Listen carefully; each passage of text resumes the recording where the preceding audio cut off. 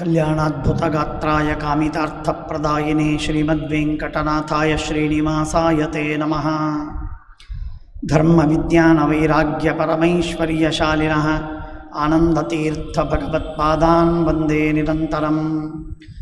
आनन्दतीर्थोपदिष्टो निधिर्नारायणः क्वयः प्रदर्शितो येन सम्यक् जयतीर्थं तमाश्रये। जलज्येष्ठनिभाकारं जगदीशपदाश्रयं जगतीतलविख्यातं जगन्नाथगुरुं भजे। विद्यापीठविधातारं विद्यावारिधिचन्दिरं विद्यार्थिवत्सलं वन्दे महामहिमसद्गुरुं। श्रीगुरुभ्यो नमः। हरिः ओम्।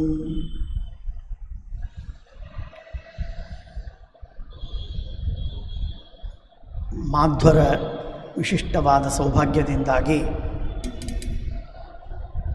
ಶ್ರೀಮದ್ ಆಚಾರ್ಯರ ಶಿಷ್ಯ ತಂಡ ಬಹಳ ದೊಡ್ಡದಾದಂಥದ್ದು. ಅನೇಕ ಜನ ಶ್ರೀಮದ್ ಆಚಾರ್ಯರ ಶಿಷ್ಯರು ಎಂದು ಹೇಳಿದಾಗ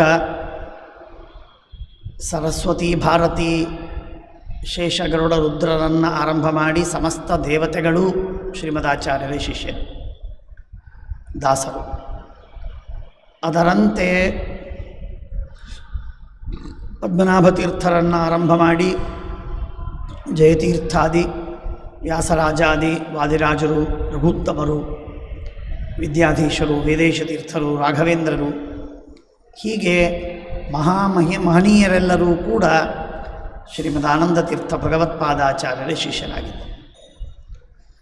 ಈ ಎಲ್ಲ ಯತಿವರೆಣ್ಯರು ಅನೇಕ ಮಠಗಳಲ್ಲಿ ಅನೇಕ ಮಹನೀಯರು, ಎಲ್ಲರೂ ಮಹನೀಯರೇ, ಅನೇಕ ಮಹನೀಯರು ಅಲ್ಲಿ ಶಿಷ್ಯರಾಗಿ ಆಚಾರ್ಯರ ಸಿದ್ಧಾಂತವನ್ನು ಸ್ಥಾಪನೆ ಮಾಡುವುದಕ್ಕಾಗಿ ಅಲ್ಲಿ ಭೂಮಿಯಲ್ಲಿ ಅವತಾರ ಮಾಡಿ, ಅನೇಕ ದೇವತೆಗಳು, ಗಂಧರ್ವಾದಿಗಳೇ ಭೂಮಿಯಲ್ಲಿ ಅವತಾರ ಮಾಡಿದ್ದಾರೆ. ಅನೇಕ ಮನುಷ್ಯೋತ್ತಮರು ಕೂಡ ಆ ರೀತಿಯಾಗಿ ಸೇವೆಯನ್ನು ಮಾಡಿದ್ದಾರೆ.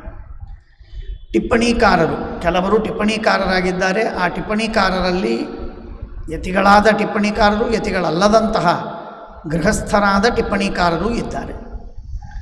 ಇನ್ನು ಕೇವಲ ಟಿಪ್ಪಣಿಯನ್ನು ಬರೆಯದೇ ಇದ್ದರೂ ಕೂಡ ರಘುನಾಥರಂತಹ ಮಹಾನುಭಾವರು ಅನೇಕ ಗ್ರಂಥಗಳನ್ನು ಬರೆಯದೇ ಇದ್ದರೂ ಕೂಡ ಅನೇಕ ಜನರಿಗೆ ಪಾಠವನ್ನು ಹೇಳಿ ಜ್ಞಾನವನ್ನು ಉಪದೇಶ ಮಾಡಿ ಅನುಗ್ರಹವನ್ನು ಮಾಡಿದ ಮಹನೀಯರಿದ್ದಾರೆ.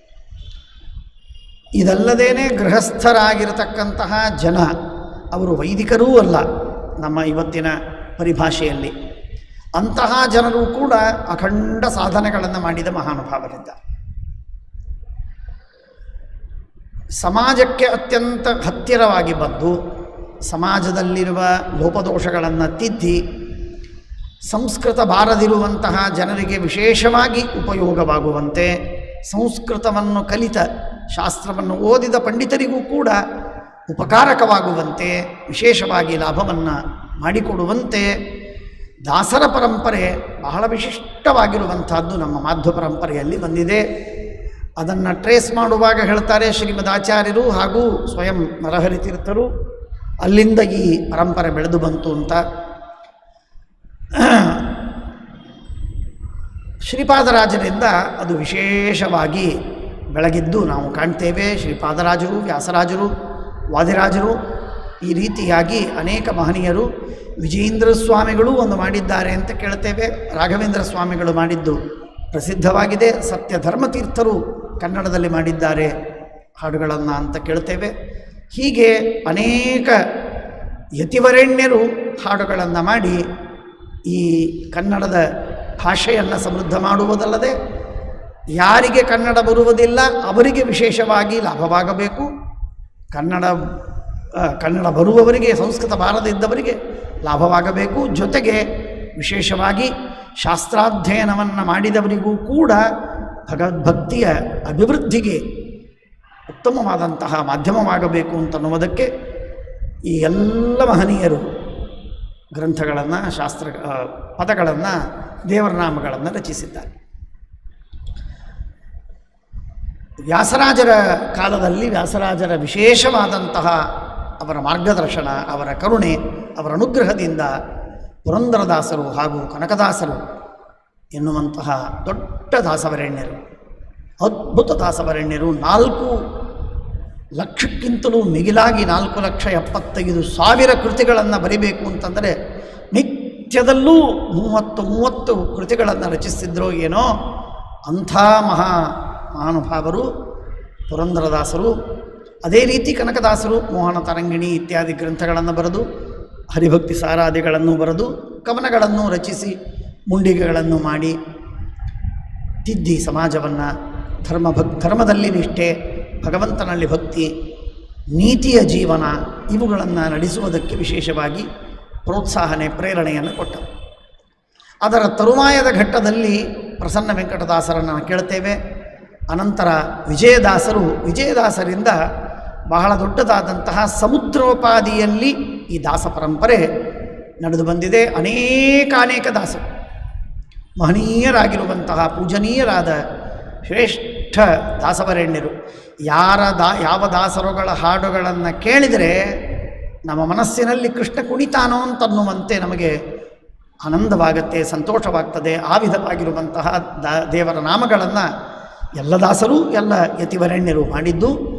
ಆ ವಿಧವಾದಂತಹ ದೊಡ್ಡ ಪರಂಪರೆ ವಿಜಯದಾಸರಲ್ಲಿ ಒಂದು ವಿಶೇಷ ಏನು ಅಂತಂದರೆ, ಇವರು ಹಾಗೂ ಇವರಿಂದ ಮುಂದಿನ ಶ್ರೀಮದ್ ಆಚಾರ್ಯರ ಸಿದ್ಧಾಂತಗಳ ಏನೇನು ತತ್ವಜ್ಞಾನಗಳಿತ್ತೋ ಆ ಸಿದ್ಧಾಂತಗಳ ಅನೇಕ ಅಂಶಗಳನ್ನು ಕೇವಲ ಭಗವಂತನ ಕಥೆ ಅಥವಾ ಮಹಾಭಾರತ ರಾಮಾಯಣಾದಿಗಳ ಕಥೆ ಹೇಳಿ ಮುಗಿಸುವಂಥದ್ದಲ್ಲ, ಪ್ರಮೇಯಗಳನ್ನು ಕೂಡ ಹೇಳುವಂತಹ ಒಂದು ಮಹತ್ತರವಾದ ಕಾರ್ಯವನ್ನು ಹಿಂದಿನವರು ಮಾಡಿದ್ದಾರೆ. ಹೆಚ್ಚಿನ ಮಟ್ಟದಲ್ಲಿ, ಹೆಚ್ಚಿನ ಪ್ರಮಾಣದಲ್ಲಿ ಪ್ರಮೇಯಗಳನ್ನು ನಿರೂಪಿಸುವುದಕ್ಕಾಗಿ ಪದಗಳನ್ನೂ ಮಾಡಿದ್ದಾರೆ. ಪದಗಳಿಗಿಂತಲೂ ಹೆಚ್ಚಾಗಿ ಸುಳಾದಿಗಳಲ್ಲಿ ತತ್ವಗಳನ್ನು ನಿರೂಪಿಸಿದ್ದಾರೆ, ಪ್ರಮೇಯಗಳನ್ನು ಪ್ರತಿಪಾದಿಸಿದ್ದಾರೆ.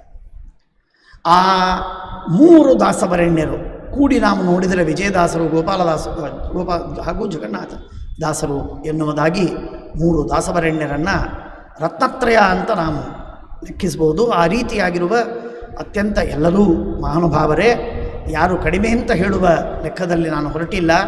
ಆದರೂ ಈ 3 ವಿಶೇಷವಾಗಿರುವಂತಹ ಫಳಫಳ ಅಂತ ರಕ್ತದಂತೆ ಹೊಳೆಯುವ ಈ ಮಹಾನುಭಾವರು, ಅವರು ವಿಶೇಷ ಅನುಗ್ರಹವನ್ನು ಮಾಡಿದ್ದಿದೆ. ತತ್ರಾಪಿ ಇವತ್ತಿನ ದಿನ ಜಗನ್ನಾಥದಾಸವರೆಣ್ಯರ ಆರಾಧನಾ ನಿಮಿತ್ತವಾಗಿ ಜಗನ್ನಾಥದಾಸರು ಅವರ ಜೀವನ ಚರಿತ್ರೆ ಅದು ಬಹಳ ವಿಸ್ತಾರವಾಗಿ ಇಲ್ಲ, ಆದರೂ ಅತ್ಯಂತ ಸಂಕ್ಷಿಪ್ತವೂ ಅಲ್ಲ, ಅನೇಕ ಘಟನೆಗಳಿಂದ ಕೂಡಿದಂಥದ್ದು. ಜಗನ್ನಾಥದಾಸರ ಜೀವನ ಚರಿತ್ರೆಯಷ್ಟು ರೋಚಕವಾದದ್ದು ಹಾಗೂ ಪ್ರೇರಕವಾದದ್ದು, ಮಾರ್ಗದರ್ಶಿಯಾದದ್ದು ಅದಕ್ಕಿಂತಲೂ 100 ಪಟ್ಟು, ಕೋಟಿ ಪಟ್ಟು ಹೆಚ್ಚು ಅವರ ಕೃತಿಗಳು. ಒಂದೊಂದು ಕೃತಿಗಳು ಕೂಡ ಅದು ಹರಿಕಥಾಮೃತ ಸಾರ ಇರಬಹುದು, ಫಲವಿದು ಬಾಳುವುದಕ್ಕೆ ಅಂತನ್ನುವ ಕೃತಿ ಇರಬಹುದು, ಇನ್ನು ಅವರ ನಾನಾ ವಿಧವಾದಂತಹ ಕೃತಿಗಳನ್ನು ನಾವು ನೋಡ್ತಾ ಇದ್ದರೆ ಎಂಥ ರಮಣೀಯವಾದ ಕೃತಿ, ಎಷ್ಟು ಅನುಸಂಧಾನಗಳು, ಎಷ್ಟು ಭಗವಂತನ ಭಕ್ತಿ, ಭಗವಂತನ ಗುಣಗಳು, ಪರಮಾತ್ಮನ ಉಪಕಾರ, ಜೀವನ ಪಾರತಂತ್ರ್ಯ, ಜೀವನದಲ್ಲಿರುವ ಲೋಪದೋಷಗಳು, ಸಂಸಾರದಲ್ಲಿರುವಂತಹ ಈ ಬವಣೆ ಹಾಗೂ ವೈರಾಗ್ಯದ ಅವಶ್ಯಕತೆ, ಔದಾರ್ಯ ಹೇಗಿರಬೇಕು, ವಿನಯ ಹೇಗೆ ತೋರಬೇಕು, ಯಾವ ರೀತಿಯಾಗಿ ದೇವರಲ್ಲಿ ಭರವಸೆಯನ್ನು ಮಾಡಬೇಕು, ಇವುಗಳನ್ನೆಲ್ಲ ಹೇಳುವಂಥದ್ದು. ಇಂಥದ್ದು 100 ಆದರ್ಶಗಳನ್ನು, 100 ತತ್ವಗಳನ್ನು ಜೀವನಕ್ಕೆ ಉಪಯುಕ್ತವಾಗಿರುವಂತಹ ಮಹತ್ತರವಾದ ವಿಷಯಗಳನ್ನು ಬೋಧಿಸುವಂತಹ ಮಹಾಕಾರ್ಯವನ್ನು ಜಗನ್ನಾಥದಾಸರು ಮಾಡಿದ್ದಾರೆ. ಅದರಲ್ಲಿ ಒಂದು ಶ್ರೇಷ್ಠವಾದಂತಹ ಕೃತಿ, ದೊಡ್ಡದಾದಂಥದ್ದು, 1000ಕ್ಕೂ ಹೆಚ್ಚಿನ ನುಡಿಗಳಿಂದ ಕೂಡಿದ, ಪದಗಳಿಂದ ಕೂಡಿದಂತಹ ಒಂದು ಕೃತಿ, ಅದು ಹರಿಕಥಾಮೃತ ಸಾರ. ಅಂತಹ ಶ್ರೇಷ್ಠವಾದ 32 ಸಂಧಿಗಳ ದೇವರ, ಲಕ್ಷ್ಮೀದೇವಿಯ, ವಾಯುದೇವರ, ಸರಸ್ವತಿಯ ಲಕ್ಷಣಗಳು 32. ಅಂತೆಯೇ ಶ್ರೀಮದಾಚಾರ್ಯರು 32 ಅಧ್ಯಾಯಗಳ ತಾತ್ಪರ್ಯ ನಿರ್ಣಯ ಮಾಡಿದರೋ ಏನೋ, ಅಂತೆಯೇ ಅದನ್ನೇ ಅನುಸರಿಸಿ ಜಗನ್ನಾಥದಾಸರು ಕೂಡ ಆ ದೇವರ, ಲಕ್ಷ್ಮೀ, ವಾಯು, ಭಾರತೀಯರ ಆ 32 ಲಕ್ಷಣಗಳನ್ನು ನೆನಪು ಮಾಡಿಕೊಡುವಂತೆ, 32 ಅಧ್ಯಾಯಗಳ ಸ್ಮರಣೆ ಬರುವಂತೆ ತಾತ್ಪರ್ಯ ನಿರ್ಣಯದಲ್ಲಿ ಜಗನ್ನಾಥದಾಸರು ಕೂಡ 32 ಸಂಧಿಗಳನ್ನು ಮಾಡಿ, ಕೆಲವು ಚಿಕ್ಕದಿದೆ ಸಂಧಿಗಳು, ಕೆಲವೇ ಪದಗಳಿಂದ ಕೂಡಿದ ಸಂಧಿಗಳು, ಇನ್ನು ಕೆಲವು ತುಂಬ ವಿಸ್ತಾರವಾದಂತಹ ಸಂಧಿಗಳು.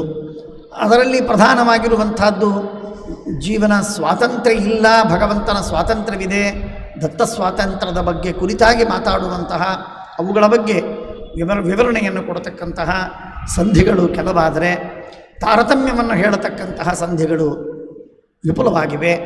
ದೈತ್ಯ ತಾರತಮ್ಯ, ದೇವತಾ ತಾರತಮ್ಯ, ಅಣುತಾರತಮ್ಯ, ಬೃಹತ್ ತಾರತಮ್ಯ, ತಾರತಮ್ಯದ ಮುಖದಲ್ಲಿ ಸ್ತೋತ್ರವನ್ನು ಮಾಡಿದ್ದು, ಸಾಧನ ತಾರತಮ್ಯ, ಕಕ್ಷಾ ತಾರತಮ್ಯ ಎಂಬುದಾಗಿ ನಾನಾ ವಿಧವಾಗಿರತಕ್ಕಂತಹ ತಾರತಮ್ಯದ ಸಂಧಿಗಳನ್ನು ಹೇಳುವಂಥದ್ದು.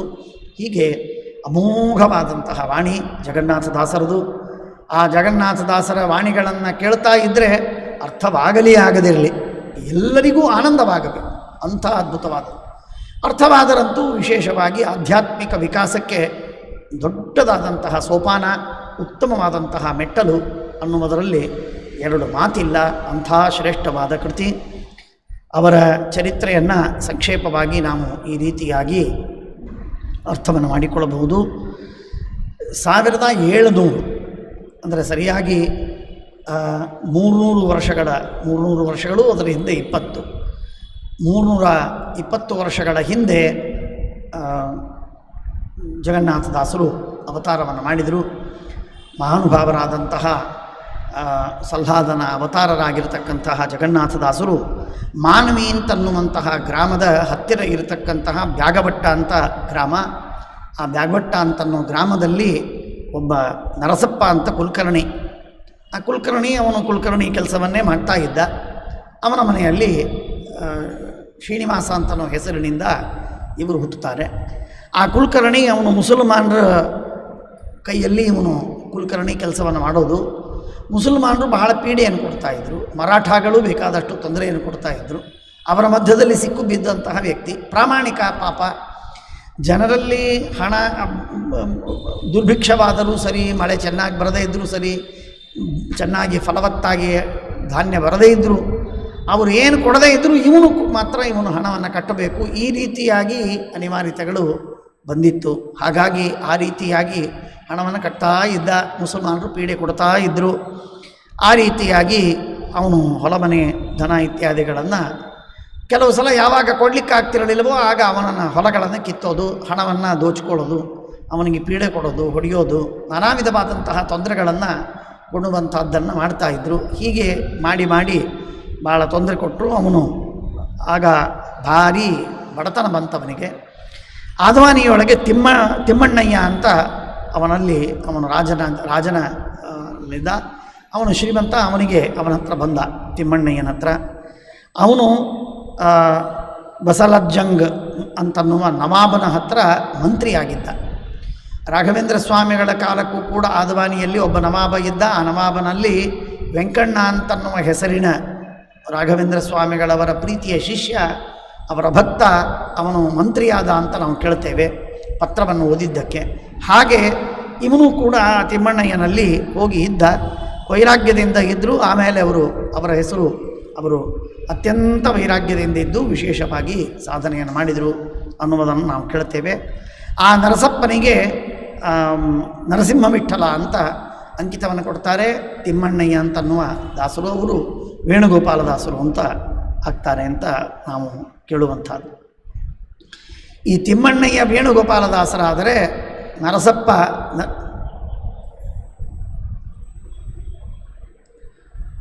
ನರಸಪ್ಪ ಇವನು ನರಸಿಂಹ ವಿಠಲ ಅಂತ ದಾಸನಾದ. ಈ ರೀತಿಯಾಗಿ ವಿಶೇಷವಾಗಿ ಭಗವಂತನ ಆರಾಧನೆಯನ್ನು ಮಾಡ್ತಾ ಇರುವಂಥ ಈ ನರಸಿಂಹದಾಸರಿಗೆ 1727ನೇ ಇಸ್ವಿಯೊಳಗೆ ಶ್ರಾವಣ ಶುದ್ಧ ದ್ವಿತೀಯ, ಸರಿಯಾಗಿ ರಾಘವೇಂದ್ರ ಸ್ವಾಮಿಗಳವರ ಆರಾಧನೆಯ 15 ದಿನ ಹಿಂದೆ, ರಾಘವೇಂದ್ರ ಸ್ವಾಮಿಗಳ ಆರಾಧನೆಯ 15 ದಿನ ಹಿಂದೆ ಜಗನ್ನಾಥದಾಸರು ಹುಟ್ಟಿ ಬರ್ತಾರೆ, ಅವತಾರ ಮಾಡ್ತಾರೆ. ಮಗನ ಜನ್ಮವಾಗ್ತದೆ. ಶ್ರೀನಿವಾಸ ಅಂತ ಹೇಳಿ ಜನ್ಮವಾದಾಗ ನಾಮಕರಣವನ್ನು ಮಾಡ್ತಾರೆ. ತಾಯಿ ಲಕ್ಷ್ಮಮ್ಮ, ತಂದೆ ನರಸಿಂಹ ಮತ್ತು ಲಕ್ಷ್ಮಮ್ಮ ಇವರಿಬ್ಬರ ಮಗನಾಗಿ ಹುಟ್ಟಿ ಬಂದಂತಹ ಶ್ರೀನಿವಾಸ ಭಾರೀ ಮೇಧಾವಿ. ಒಳ್ಳೆಯ ಶಾಸ್ತ್ರವನ್ನು ಕಲಿಬೇಕು ಅಂತ ಶಾಸ್ತ್ರವನ್ನು ಕಲಿಸುವುದಕ್ಕೆ ಹೇಳ್ತಾರೆ.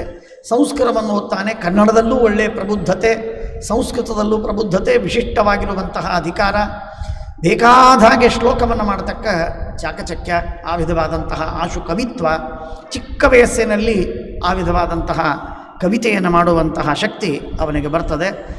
ಆಗ ಅವರ ಕಾಲದಲ್ಲಿ ರಾಯರ ಅಂದರೆ ಮಂತ್ರಾಲಯದಲ್ಲಿ ವರದೇಂದ್ರ ತೀರ್ಥರು ಬಂದಿರ್ತಾರೆ, ಭೇಟಿಯಾಗ್ತಾರೆ, ಅವರ ದರ್ಶನ ಮಾಡಿಕೊಳ್ತಾರೆ. ವರದೇಂದ್ರ ತೀರ್ಥರ ವೃಂದಾವನ ಪೂನಾದಲ್ಲಿ ನಾವು ನೋಡ್ತೇವೆ. ಆ ಪೂನಾದಲ್ಲಿರ್ತಕ್ಕಂತಹ ವರದೇಂದ್ರ ತೀರ್ಥರು ಸತ್ಯಬೋಧರ ಕಾಲದಲ್ಲಿದ್ದಂಥವರು. ಆ ವರದೇಂದ್ರ ತೀರ್ಥರು ಮಳಖೇಡಕ್ಕೆ ಮಂತ್ರಾಲಯಕ್ಕೆ ಬಂದಾಗ ಆ ಮಂತ್ರಾಲಯದಲ್ಲಿ ಅಲ್ಲಿ ಹೋಗಿ ಅವರ ದರ್ಶನವನ್ನು ಮಾಡಿಕೊಳ್ತಾರೆ ಶ್ರೀನಿವಾಸಾಚಾರ್ಯರು. ಶ್ರೀನಿವಾಸಾಚಾರ್ಯ ಮಾಡಿಕೊಂಡು ನಮಸ್ಕಾರ ಮಾಡಿದಾಗ ಸ್ವಾಮಿಗಳ ಮೇಲೆ 5 ಶ್ಲೋಕಗಳನ್ನು, ಪಂಚರತ್ನ ಶ್ಲೋಕಗಳನ್ನು ಮಾಡ್ತಾರೆ, ಗುರುಗಳಿಗೆ ಸಮರ್ಪಣೆ ಮಾಡ್ತಾರೆ. ತಮ್ಮ ಶ್ಲೋಕ ಸಾರ್ಥಕವಾಗ್ತದೆ ಗುರುಗಳ ಸ್ತೋತ್ರವನ್ನು ಮಾಡುವುದರಿಂದ ಅಂತನೂ ಅತ್ಯಂತ ಭಕ್ತಿಯಿಂದ ಸ್ತೋತ್ರವನ್ನು ಮಾಡಿ ಅವರಿಗೆ ಸಮರ್ಪಣೆ ಮಾಡ್ತಾರೆ. ಆಗ ಅವರ ಪಾಂಡಿತ್ಯ, ಅವರ ಬುದ್ಧಿ, ಅವರ ಚಾಕಚಕ್ಯ, ಅವರ ಪ್ರತಿಭೆ, ಅವರಿಗಿರುವಂತಹ ಭಕ್ತಿ ಇತ್ಯಾದಿಗಳನ್ನೆಲ್ಲವನ್ನು ಕಂಡು ಗುಣಗಳನ್ನು ಕಂಡು ಇಲ್ಲೇ ಅಧ್ಯಯನವನ್ನು ಮಾಡುವುದಕ್ಕೆ ಆರಂಭ ಮಾಡಬಹುದು ಅಂತ ಹೇಳಿ ಅಧ್ಯಯನವನ್ನು ಮಾಡಿಸಲಿಕ್ಕೆ ಶುರು ಮಾಡ್ತಾರೆ ಅಂತ ಹೇಳುವಂಥದ್ದು. ನಿಜವಾಗಿ ಅದಕ್ಕಿಂತಲೂ ಪೂರ್ವದಲ್ಲೇ ಅಧ್ಯಯನ ಮಾಡಿದ್ರು ಅಂತ ಅನ್ನೋದು ನಮಗೆ ತಿಳಿದು ಬರ್ತದೆ ಬೇರೆ ಬೇರೆ ಪ್ರಮಾಣಗಳಿಂದ. ಆದರೆ ಅಲ್ಲೂ ಕೂಡ ವಿಶೇಷವಾದಂತಹ ಅಧ್ಯಯನವನ್ನು, ಸುಧಾದಿ ಗ್ರಂಥಗಳನ್ನು ಅಧ್ಯಯನ ಮಾಡಿರ್ಬೋದು. ಆ ರೀತಿಯಾಗಿ ಮಾಡ್ತಾರೆ. ಮುಂದೆ ಮಹಾಪಂಡಿತರಾಗ್ತಾರೆ, ಮನೆಗೆ ಬರ್ತಾರೆ, ಮನೆಯಲ್ಲಿರ್ತಾರೆ. ಒಂದು ಕಡೆಗೆ ಇರುವಾಗ ವಿಜಯದಾಸರು ಅವರ ಮನೆಗೆ, ಅವರ ಊರಿಗೆ ಬರ್ತಾರೆ. ವಿಜಯದಾಸರು ಮಹಾ ಸಿದ್ಧಪುರುಷರು, ಮಹಾನುಭಾವರು, ಭೃಗು ಋಷಿಗಳ ಅಂಶ ಅಂತ ಪ್ರಖ್ಯಾತಿ. ಅಂತಹ ಮಹಾನುಭಾವರಾದ ವಿಜಯದಾಸರು ಅವರ ಊರಿಗೆ ಬಂದು, ಅವರದ್ದು ಪದ್ಧತಿ ಏನು ಅಂತಂದರೆ, ಮನೆಗೆ ಹೋಗಿ ಆಮಂತ್ರಣವನ್ನು ಕೊಟ್ಟು, ಮನೆಗೆ ಹೋಗಿ ಅಕ್ಕಿಬೇಳೆಯನ್ನು ತಂದು, ಯಾವ ಭಕ್ತರು ಕೊಡ್ತಾರೋ ಅವರಿಂದ ತಂದು ದೊಡ್ಡದಾದಂತಹ ಬ್ರಾಹ್ಮಣ ಭೋಜನವನ್ನು ಮಾಡಿಸುವುದು. 100 ಜನ, 1000 ಜನ ಬ್ರಾಹ್ಮಣರಿಗೆ ಸತತವಾಗಿ ಭೋಜನವನ್ನು ಮಾಡಿಸ್ತಾಯಿದ್ರು. ಜನರ ಭಕ್ತಿಯಿಂದ ಕೊಟ್ಟಂತಹ ಏನು ಗೋಪಾಳದಲ್ಲಿ ಕೊಟ್ಟಂತಹ ಧಾನ್ಯವಿರುತ್ತದೋ ಅದರಿಂದಲೇ ಆ ರೀತಿಯಾಗಿ ಅಖಂಡವಾಗಿ ಅನ್ನದಾನವನ್ನು ಮಾಡಿಸುವಂಥದ್ದು ಅವರ ಸ್ವಭಾವ. ಮೇಲಿಂದ ಮೇಲೆ ಆ ವಿಧವಾದ ಅನ್ನದಾನವನ್ನು ಮಾಡಿಸಿದ್ದಕ್ಕೆ ಒಂದು ಸಲ ಆ ಊರಿಗೆ ಬಂದಾಗ ಮನೆಗೆ ಹೋಗ್ತಾರೆ, ಎಲ್ಲರಿಗೆ ಆಮಂತ್ರಣ ಕೊಡ್ತಾರೆ, ಅಕ್ಕಿ ಬೇಳೆ ತರ್ತಾರೆ, ತಂದು ಅಡುಗೆ ಮಾಡಿಸಿ ಊಟಕ್ಕೆ ಹಾಕಿ ಎಲ್ಲರಿಗೆ ಭಗವಂತನ ನೈವೇದ್ಯವನ್ನು ಸಮರ್ಪಿಸಿ ತೃಪ್ತಿಪಡಿಸಬೇಕು ಬ್ರಾಹ್ಮಣರಿಗೆ ಅಂತನ್ನುವ ಪ್ರಾಮಾಣಿಕವಾದ ಅತ್ಯಂತ ಉಜ್ವಲವಾದ ಆಕಾಂಕ್ಷೆಯಿಂದ ಇವರು ಮನೆಗೆ ಬರ್ತಾರೆ. ಶ್ರೀನಿವಾಸಾಚಾರ್ಯ ಒಳಗಿರ್ತಾರೆ. ಕಥೆ ಹೇಳುವ ಪದ್ಧತಿ, ಕಥೆ ನಡೆದು ಬಂದ ಕಥೆ ಇಷ್ಟು. ಆಗ ಶ್ರೀನಿವಾಸಾಚಾರ್ಯ ಒಳಗಿರ್ತಾರೆ. ವಿಜಯದಾಸರು ಹೇಳಿ ಕಳಿಸಿದರೆ ಹೊರಗೆ ಬಂದು ಅವರಿಗೆ ಸ್ವಾಗತ ಮಾಡೋದಿಲ್ಲ, ನಮಸ್ಕಾರ ಮಾಡೋದಿಲ್ಲ. ಅವರೇ ಒಳಗೆ ಹೋಗ್ತಾರೆ. ಒಳಗೆ ಹೋಗಿ ಹೀಗೆ ಶ್ರೀನಿವಾಸಾಚಾರ್ಯರಿಗೆ ಹೇಳ್ತಾರೆ, ನಾವು ಇವತ್ತಿನ ದಿವಸ ಭಿಕ್ಷೆ ಪ್ರಸ್ಥ ಇಟ್ಕೊಂಡಿದ್ದೇವೆ, ಅದಕ್ಕೆ ಊಟಕ್ಕೆ ಬರಬೇಕು, ಪ್ರಸಾದಕ್ಕೆ ಬರಬೇಕು ಅಂತ ಹೇಳ್ತಾನೆ. ನೋಡೋಣ ಹೇಗಾಗ್ತದೆ, ಆಗಲಿ ಏನಾಗ್ತದೆ ಅಂತ ಹೇಳಿ ಸಮುಗ್ಧವಾಗಿ ಮಾತಾಡಿ ತಿರಸ್ಕಾರ ಮಾಡದೇ ಇದ್ದರೂ ಕೂಡ ಪುರಸ್ಕಾರ ಅಂತೂ ಸರ್ವಥಾ ಮಾಡುವುದಿಲ್ಲ ವಿಜಯದಾಸರಿಗೆ. ನಮಸ್ಕಾರ ಮಾಡೋದಿಲ್ಲ, ಎದ್ದು ನಿಲ್ಲೋದಿಲ್ಲ, ಗೌರವ ತೋರಿಸುವುದಿಲ್ಲ, ತಾವು ಏನೂ ಮಾಡೋದಿಲ್ಲ. ಅವರಿಗೆ ಸತ್ಕಾರವನ್ನು ಮಾಡದೆ ಅವರು ಕರೆದ ಊಟಕ್ಕೆ ಮತ್ತು ಅಗೌರವದಿಂದ ಹೆಚ್ಚು ಕಡಿಮೆ ಮನಸ್ಸಿನೊಳಗೆ ಅಗೌರವ, ಏನು ದಾಸರು, ಅವರೇನು ಪೂಜೆ, ಏನು ಊಟ ಅಂತ ಹೇಳಿ ಮನಸ್ಸಲ್ಲಿ ಮಾಡ್ಕೊಳ್ತಾರೆ. ಮನೆಯಲ್ಲೇ ಕೂತು ಬಿಡ್ತಾರೆ. ಅಡಿಗೆ ಆಗತ್ತೆ, ದೇವರ ಪೂಜೆ ಆಗ್ತದೆ, ನೈವೇದ್ಯವಾಗ್ತದೆ, ಎಲ್ಲ ಆಯಿತು. ಊಟಕ್ಕೆ ಕರಬೇಕು ಅಂತನ್ನುವಷ್ಟಾಗ ಊಟಕ್ಕೆ ಕಳಿಸ್ತಾರೆ. ಶ್ರೀನಿವಾಸಾಚಾರ್ಯ ಕರ್ಕೊಂಡು ಬನ್ನಿರಿ, ಬರಬೇಕು ಅಂತ ಹೇಳ್ರಿ. ಶಿಷ್ಯರು ಇಬ್ಬರು ಬಂದು ವಿಜಯದಾಸರ ಕಡೆಯಿಂದ ಇಬ್ಬರು ಬಂದು ಹೇಳ್ತಾರೆ, ಶ್ರೀನಿವಾಸಾಚಾರ್ಯಗೆ ಹೀಗೆ ದಾಸರು ಕರಿತಾ ಇದ್ದಾರೆ, ಭೋಜನಕ್ಕೆ ಕಾಯ್ತಾ ಇದ್ದಾರೆ. ಇಲ್ಲ, ನಿಮ್ಮನ್ನೆಲ್ಲ ತಡವಾಗ್ತದೆ ಅಂತ ಹೇಳಿ, ಹೊಟ್ಟೆ ಶೂಲಿ ಆಗ್ತದೆ ಅಂತ, ಅವರಿಗೆ ತೊಂದರೆ ಆಗ್ತದೆ ಅಂತ ಹೇಳಿ ಅವರು ಬೇಗನೆ ಊಟ ಮಾಡಿ ಮಲ್ಕೊಂಡ್ಬಿಟ್ಟಾರೆ. ಅವರಿಗೆ ತಡವಾಗಿ ಊಟ ಸರಿ ಹೋಗೋದಿಲ್ಲ ಅವರಿಗೆ ಅಂತ ಹೇಳಿಬಿಡ್ತಾರೆ. ಇಷ್ಟು ಹೇಳಿ ಕಳಿಸ್ತಾರೆ. ತಾವು ಬಂದು ಹೇಳೋದಿಲ್ಲ, ಅದನ್ನು ತಮ್ಮ ಶಿಷ್ಯರ ಕಡೆಯಿಂದ ಆ ಬಂದ ದೂತರಿಗೆ, ಅರ್ಥಾತ್ ಶಿಷ್ಯರಿಗೆ, ವಿಜಯದಾಸರ ಶಿಷ್ಯರಿಗೆ ಹೇಳಿ ಕಳಿಸ್ತಾರೆ. ಹೇಳಿದಾಗ ಅವರು ಹೋಗಿ ಹೇಳ್ತಾರೆ, ಈಗ ಅವರಿಗೆ ತಡವಾಗಿದೆ, ರೆಡಿ ಹೋಗಿಲ್ಲಂತೆ, ಅದಕ್ಕೆ ಹೊಟ್ಟೆ ಶೂಲಿ ಬರ್ತದಂತೆ, ಆದ್ದರಿಂದ ಅವರು ಊಟ ಬರುವುದಿಲ್ಲ ಅಂತ ಹೇಳಿ ಸುದ್ದಿ ಹೇಳ್ತಾರೆ. ವಿಜಯದಾಸರು ಆಯಿತು ಅಂತ ಹೇಳಿ ಸುಮ್ಮನಾಗ್ತಾರೆ. ವಿಜಯದಾಸರು ಸಮುದ್ರದಂತೆ ಅವರ ಮನಸ್ಸು, ದೊಡ್ಡ ವಿಶಾಲವಾದ ಹೃದಯ. ಆದರೆ ದೊಡ್ಡವರಿಗೆ ಅವಮಾನ ಅಗೌರವ ಮಾಡಿದ್ದರ ಪ್ರಭಾವದಿಂದಾಗಿ ಅವರಿಗೆ ನಿಜವಾಗಿ ಹೊಟ್ಟೆ ಶೂಲಿ ಶುರುವಾಗುತ್ತೆ.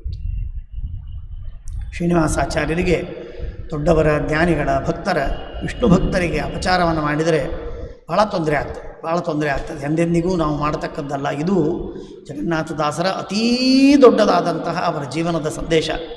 ಎಲ್ಲ ಇನ್ನನೇಕ ಮಾತುಗಳಿವೆ, ಆದರೆ ಎಲ್ಲಕ್ಕಿಂತಲೂ ಮಿಗಿಲಾಗಿರುವಂತಹ ಒಂದು ಅಮೂಲ್ಯವಾದ ಸಂದೇಶ ಅಂದರೆ ಮೊಟ್ಟ ಮೊದಲಿನ ಮಾತು, ಸರ್ವಥಾ ವಿಷ್ಣು ಭಕ್ತರಿಗೆ, ದೇವರನ್ನು ಒಲಿಸಿಕೊಂಡವರಿಗೆ, ಭಗವಂತನನ್ನು ಸತತವಾಗಿ ಆರಾಧನೆ ಮಾಡುವವರಿಗೆ, ಪರಮಾತ್ಮನನ್ನು ನಂಬಿದವರಿಗೆ ಪರಮಾತ್ಮ ಯಾವಾಗಲೂ ಅವರನ್ನು ರಕ್ಷಣೆ ಮಾಡುವುದಕ್ಕೆ ಇರ್ತಾನೆ. ಸಾಮಾನ್ಯರಿಗೇನೇ ಭಗವಂತ ರಕ್ಷಣೆ ಮಾಡ್ತಾನೆ. ಸಾಮಾನ್ಯ ಎಲ್ಲಿ ದೂರ್ವಾಸರು, ಎಲ್ಲಿ ಅಂಬರೀಷ ಹೇಳಿ ನೋಡೋಣ. ದೂರ್ವಾಸರಲ್ಲಿ, ದೂರ್ವಾಸರು ಅಂದರೆ ಸಾಕ್ಷಾತ್ ರುದ್ರದೇವರು. ಅಂಬರೀಷ ದೂರ್ವಾಸರಿಗಿಂತಲೂ ಕೋಟಿ ಕೋಟಿ ಭಾಗಗಳಿಂದ, ಅಂಶಗಳಿಂದ ಕಡಿಮೆ. ಇಷ್ಟಾಗಿದ್ದರೂ ಕೂಡ ಆ ಅಂಬರೀಷನಿಗೆ ದೂರ್ವಾಸರು ಮಾಡಿದ ಅಪಚಾರದಿಂದಾಗಿ ಅಂಬರೀಷ ಅವನೇನು ಶಾಪ ಕೊಡಲಿಕ್ಕೆ ಹೋಗಲಿಲ್ಲ, ಏನು ಮಾಡಲಿಕ್ಕೆ ಹೋಗಲಿಲ್ಲ. ಕೇವಲ ತನ್ನ ರಕ್ಷಣೆ ಮಾಡಲಿ ಅಂತ ಹೇಳಿ ಭಗವಂತನಿಗೆ ಪ್ರಾರ್ಥನೆ ಮಾಡಿದರೆ ಚಕ್ರ ಬಂದು ಆ ದೂರ್ವಾಸರಿಗೆ, ಅವರಿಗೂ ಕೊಲ್ಲಿಲ್ಲ, ಏನು ಮಾಡಲಿಲ್ಲ, ಆದರೆ ಪೀಡೆ ಕೊಟ್ಟಿತು. ನೀನು ಮಾಡಿದ್ದು ತಪ್ಪು ಅಂತನ್ನುವಂತೆ ಹಿಂದೆ ಬಂದು ಅವರಿಗೆ ತಪ್ಪವನ್ನು ಮನೆಗಾಣಿಸಿಕೊಟ್ಟಂತೆ ಆ ಚಕ್ರ ಬೆನ್ನಹತ್ತಿದ್ದು ನಾವು ಕೇಳ್ತೇವೆ. ದೂರ್ವಾಸರು ಎಂಥ ಮಹಾನುಭಾವರು, ಅಹಂಕಾರ ತತ್ವಾಭಿಮಾನಿಗಳು, ರುದ್ರದೇವರು. ಇಲ್ಲಿ ವಿಜಯದಾಸರೇ ದೊಡ್ಡವರು, ಜಗನ್ನಾಥದಾಸರು ಚಿಕ್ಕವರು. ಆದರೆ ಹೇಳುವ ತಾತ್ಪರ್ಯ, ಸಾಮಾನ್ಯ ವಿಷ್ಣು ಭಕ್ತರಿಗೇನೇ ಒಬ್ಬ ದೊಡ್ಡ ಅಧಿಕಾರಿ, ಅರ್ಥಾತ್ ಮಹಾ ವಿಷ್ಣು ಭಕ್ತನಾಗಿದ್ದರೂ ಅಪಚಾರವನ್ನು ಮಾಡಬಾರದು. ಹೀಗಿರುವಾಗ ವಿಜಯದಾಸರಂತಹ ಮಹಾನುಭಾವರಿಗೆ ಜಗನ್ನಾಥದಾಸರು ಈ ರೀತಿಯಾಗಿ ಅಪಚಾರ ಆಗೋಗಿದೆ. ಆ ಮಾಡಿದ್ದರಿಂದ ಆದದ್ದರಿಂದ ಭಗವಂತ ಶಾಸನವನ್ನು ಮಾಡುವುದಕ್ಕೆ ಸಂಕಲ್ಪ ಮಾಡಿದ. ಅವರಿಗೆ ಹೊಟ್ಟೆಶೂಲಿ ಶುರುವಾಯಿತು. ಹೊಟ್ಟೆಶೂಲಿ ಶುರುವಾದರೆ ಅವರು ಬಂದು ಏನಾಯಿತು, ಹೊಟ್ಟೆಶೂಲಿ ಏನಾದರೂ ಕಡಿಮೆ ಆಗ್ಬೋದು. ಎಷ್ಟೋ ಉಪಾಯವನ್ನು ಮಾಡಿದರೂ ಏನಾದರೂ ಕಮ್ಮಿ ಆಗಲಿಲ್ಲ. ವಿಜಯದಾಸರತ್ತ ಹೋಗಬೇಕು ಅಂತ ಅವ್ರಿಗೆ ತಲೆಯಲ್ಲೇ ಬರಲಿಲ್ಲ. ನೋಡ್ರಿ ಹೇಗಿದೆ ಕಥೆ. ದೂರ್ವಾಸರು ಹೇಗೆ ಸತ್ಯಲೋಕಕ್ಕೆ ಹೋಗ್ತಾರೆ, ರುದ್ರದೇವರ ಹತ್ರ ಹೋಗ್ತಾರೆ, ಸ್ವಯಂ ವಿಷ್ಣುವಿನ ಹತ್ರ ಹೋಗ್ತಾರೆ, ಚಕ್ರಾಧಿಪತಿ, ಯಾರ ಹತ್ರವೂ ಗುಣವಾಗೋದಿಲ್ಲ. ಅಂಬರೀಷನ ಹತ್ರ ಬಂದ ಮೇಲೇ ಪರಿಹಾರವಾಯಿತು. ಹಾಗಿದೆ ಇಲ್ಲಿ ಕಥೆ. ಹೆಚ್ಚು ಕಡಿಮೆ ಅದೇ ಸಾದೃಶ್ಯ. ರಾಯರ ಹತ್ರ ಹೋಗ್ತಾರೆ ಮಂತ್ರಾಲಯ. ಅಲ್ಲಿ ಹೋಗಿ 7 ದಿವಸ ಇದ್ದು ಉಪವಾಸವಿದ್ದು ಅಖಂಡವಾಗಿ ಸೇವೆ ಮಾಡ್ತಾರೆ.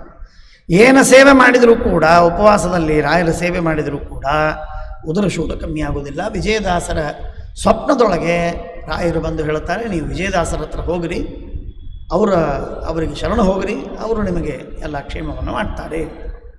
ಆಯ್ತು, ಇನ್ನೇನು ಉಪಾಯ ಇಲ್ಲ ಅಂತ ಹೇಳಿ ಪರಿಹಾರ ಹೊರಗೆ ಪರಿಹಾರವಾಗಿದ್ದರೆ ಮುಗಿದು ಹೋಗ್ತಿತ್ತು ಅಂತ ಅಂದ್ಕೊಂಡದ್ದು ಸಾಧ್ಯವಾಗಲಿಲ್ಲ. ವಿಜಯದಾಸರ ಪಾದಕ್ಕೆ ಬೀಳುವ ಅನಿವಾರ್ಯತೆ ಬಂತು. ವಿಜಯದಾಸರಿಗೆ ಶರಣಾಗತರಾಗಿದ್ದಾರೆ. ಚೀಕಲ್ಪರವಿಗೆ ಹೋದರು. ಚೀಕಲ್ಪರವಿಯಲ್ಲಿ ಒಂದು ಕಟ್ಟೆ ಮೇಲೆ ಕಟ್ಟೆ, ಅಲ್ಲಿ ಶ್ರೀಪಾದರಾಜರಿಂದ ಪ್ರತಿಷ್ಠಾಪಿತವಾದಂತಹ ಅಶ್ವತ್ಥ ಮೂಲದಲ್ಲಿರುವ ನರಸಿಂಹದೇವರು. ಒಂದು ಬಾರಿ ನನಗೂ ಅಲ್ಲಿ ಹೋಗಿ ಪೂಜೆ ಮಾಡುವ ಸೌಕರ್ಯ ಸಿಕ್ಕಿತ್ತು.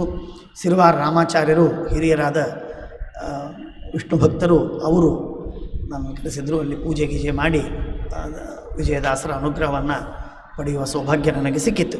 ಇರಲಿ, ಹಾಗಾಗಿ ಅಲ್ಲಿ ವಿಜಯದಾಸರು ಪ್ರದಕ್ಷಿಣೆ ಹಾಕ್ತಾ ಇದ್ದಾರೆ. ಅಷ್ಟೊತ್ತಿಗೆ ಜಗನ್ನಾಥದಾಸರು ಅಲ್ಲಿ ಹೋಗಿದ್ದಾರೆ. ಜಗನ್ನಾಥದಾಸರಿಗೆ ಹೋಗಲಿಕ್ಕೂ ಸಾಧ್ಯವಿಲ್ಲದಷ್ಟು ಅವರಿಗೆ ತೊಂದರೆ ಆಗಿದೆ, ಅಶಕ್ತಿ ಇದೆ. ಇಷ್ಟಾಗಿದ್ದರೂ ಕೂಡ ಮತ್ತಾಯಿತು, ಅವರ ಹತ್ರ ಹೋದರು, ನಮಸ್ಕಾರ ಮಾಡಿದರು. ಆಗ ಆ ಶ್ರೀನಿವಾಸಾಚಾರ್ಯರಿಗೆ ವಿಜಯದಾಸರು ವಿಶೇಷವಾಗಿ ಅನುಗ್ರಹವನ್ನು ಮಾಡಿ ಹೇಳ್ತಾರೆ, ಇಲ್ಲ, ನಿಮ್ಮ ಉದ್ಧಾರವಾಗೋದು ಗದ್ವಾಲದ ಹತ್ರ ಉತ್ತುನೂರು. ಆ ಉತ್ತುನೂರಿನಲ್ಲಿ ಗೋಪಾಲದಾಸರಿದ್ದಾರೆ. ಆ ಗೋಪಾಲದಾಸರ ಹತ್ರ ಹೋಗ್ರಿ, ಅವರು ನಿಮಗೆ ಅನುಗ್ರಹವನ್ನು ಮಾಡ್ತಾರೆ ಅಂತ ಹೇಳಿ ಕೊಟ್ಟು ಕಳಿಸ್ತಾರೆ. ಆ ಉತ್ತುನೂರಿಗೆ ಹೋಗಬೇಕು ಅಂತ ಹೇಳಿ ಉತ್ತುನೂರಿನಲ್ಲಿ ಗೋಪಾಲದಾಸರ ಹತ್ರ ಹೋಗಬೇಕು ಅಂತ ಅಲ್ಲಿ ಒಂದು ಮಂದಿರ, ಆ ಮಂದಿರ ವೆಂಕಟೇಶ ದೇವರ ದೇವಸ್ಥಾನ. ಆ ದೇವಸ್ಥಾನದ ಹತ್ರ ಹೊರಗಡೆ ಇವರು ಬಂದು ಅಲ್ಲಿ ಒಬ್ಬ ವ್ಯಕ್ತಿ ಕಸಗುಡಿಸ್ತಾ ಇದ್ದಾನೆ. ಆ ಕಸಗುಡಿಸುವ ವ್ಯಕ್ತಿಗೆ ಹೋಗಿ ಕೇಳುತ್ತಾರೆ, ಇಲ್ಲಿ ಗೋಪಾಲದಾಸರು ಎಲ್ಲಿರ್ತಾರೆ, ಗೋಪಾಲದಾಸರ ಮನೆ ಎಲ್ಲಿದೆ ಅಂತ ಕೇಳ್ತಾರೆ. ಅವ್ರು ಹೇಳ್ತಾರೆ, ನಾನೇ ಗೋಪಾಲದಾಸರು ಅಂತ ಹೇಳೋದಿಲ್ಲ ಅವ್ರು ಹೇಳ್ತಾರೆ, ಇಂಥಲ್ಲಿದೆ, ಇಂಥಲ್ಲಿ ಅವರ ಮನೆ ಇದೆ ಅಂತ ಹೇಳ್ತಾರೆ. ಮನೆ ಕೇಳಿದ್ರು, ಮನೆ ಅಲ್ಲಿದೆ ಅಂತ ಇಷ್ಟು ಹೇಳಿಬಿಟ್ಟು ಇವರು ಜಗನ್ನಾಥದಾಸರು ಅಲ್ಲಿ ಹೋಗ್ತಾರೆ, ಅರ್ಥಾತ್ ಶ್ರೀನಿವಾಸಾಚಾರ್ಯ ಅಲ್ಲಿ ಹೋಗ್ತಾರೆ ಮನೆಗೆ ಹೋದರೆ ಇಲ್ಲ, ಅವರು ಗುಡಿಗೆ ಹೋಗಿದ್ದಾರೆ, ಗುಡಿಯಲ್ಲೇ ಇದ್ದಾರೆ.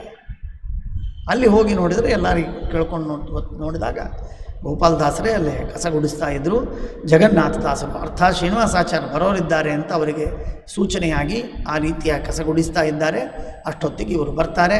ನೀವೇ ಗೋಪಾಲದಾಸರು ಅಂತ. ಹೌದು ಅಂತ ಹೇಳಿ ಅಷ್ಟು ವಿನಯ, ಅಷ್ಟು ನಮ್ರತೆ, ಆ ರೀತಿಯಾಗಿ ಯಾರೋ ಕಸ ಗುಡಿಸಬೇಕು ನಾನಲ್ಲ ಅನ್ನುವಂತಹ ಅಡ್ಡತೆ ಇಲ್ಲದೆ ಆ ಸೇವೆಯನ್ನು ಮಾಡ್ತಾ ಇದ್ದದ್ದನ್ನು ನೋಡಿ ಜಗನ್ನಾಥದಾಸರಿಗೆ ದೊಡ್ಡ ಉಪದೇಶ ಆಗಿಬಿಡ್ತವ್ರಿ, ದೊಡ್ಡ ಉಪದೇಶವಾಗಿ ಹೋಗ್ಬಿಡ್ತವ್ರಿ. ಆ ರೀತಿಯಾಗಿ ಅಲ್ಲಾಗಿದೆ. ಸಾಷ್ಟಾಂಗ ನಮಸ್ಕಾರ ಹಾಕಿದರು. ಆಯಿತು ಅಂತ ಹೇಳಿ ಅವರಿಗೆ ಭಾಗಣ್ಣದಾಸರು ಅವರು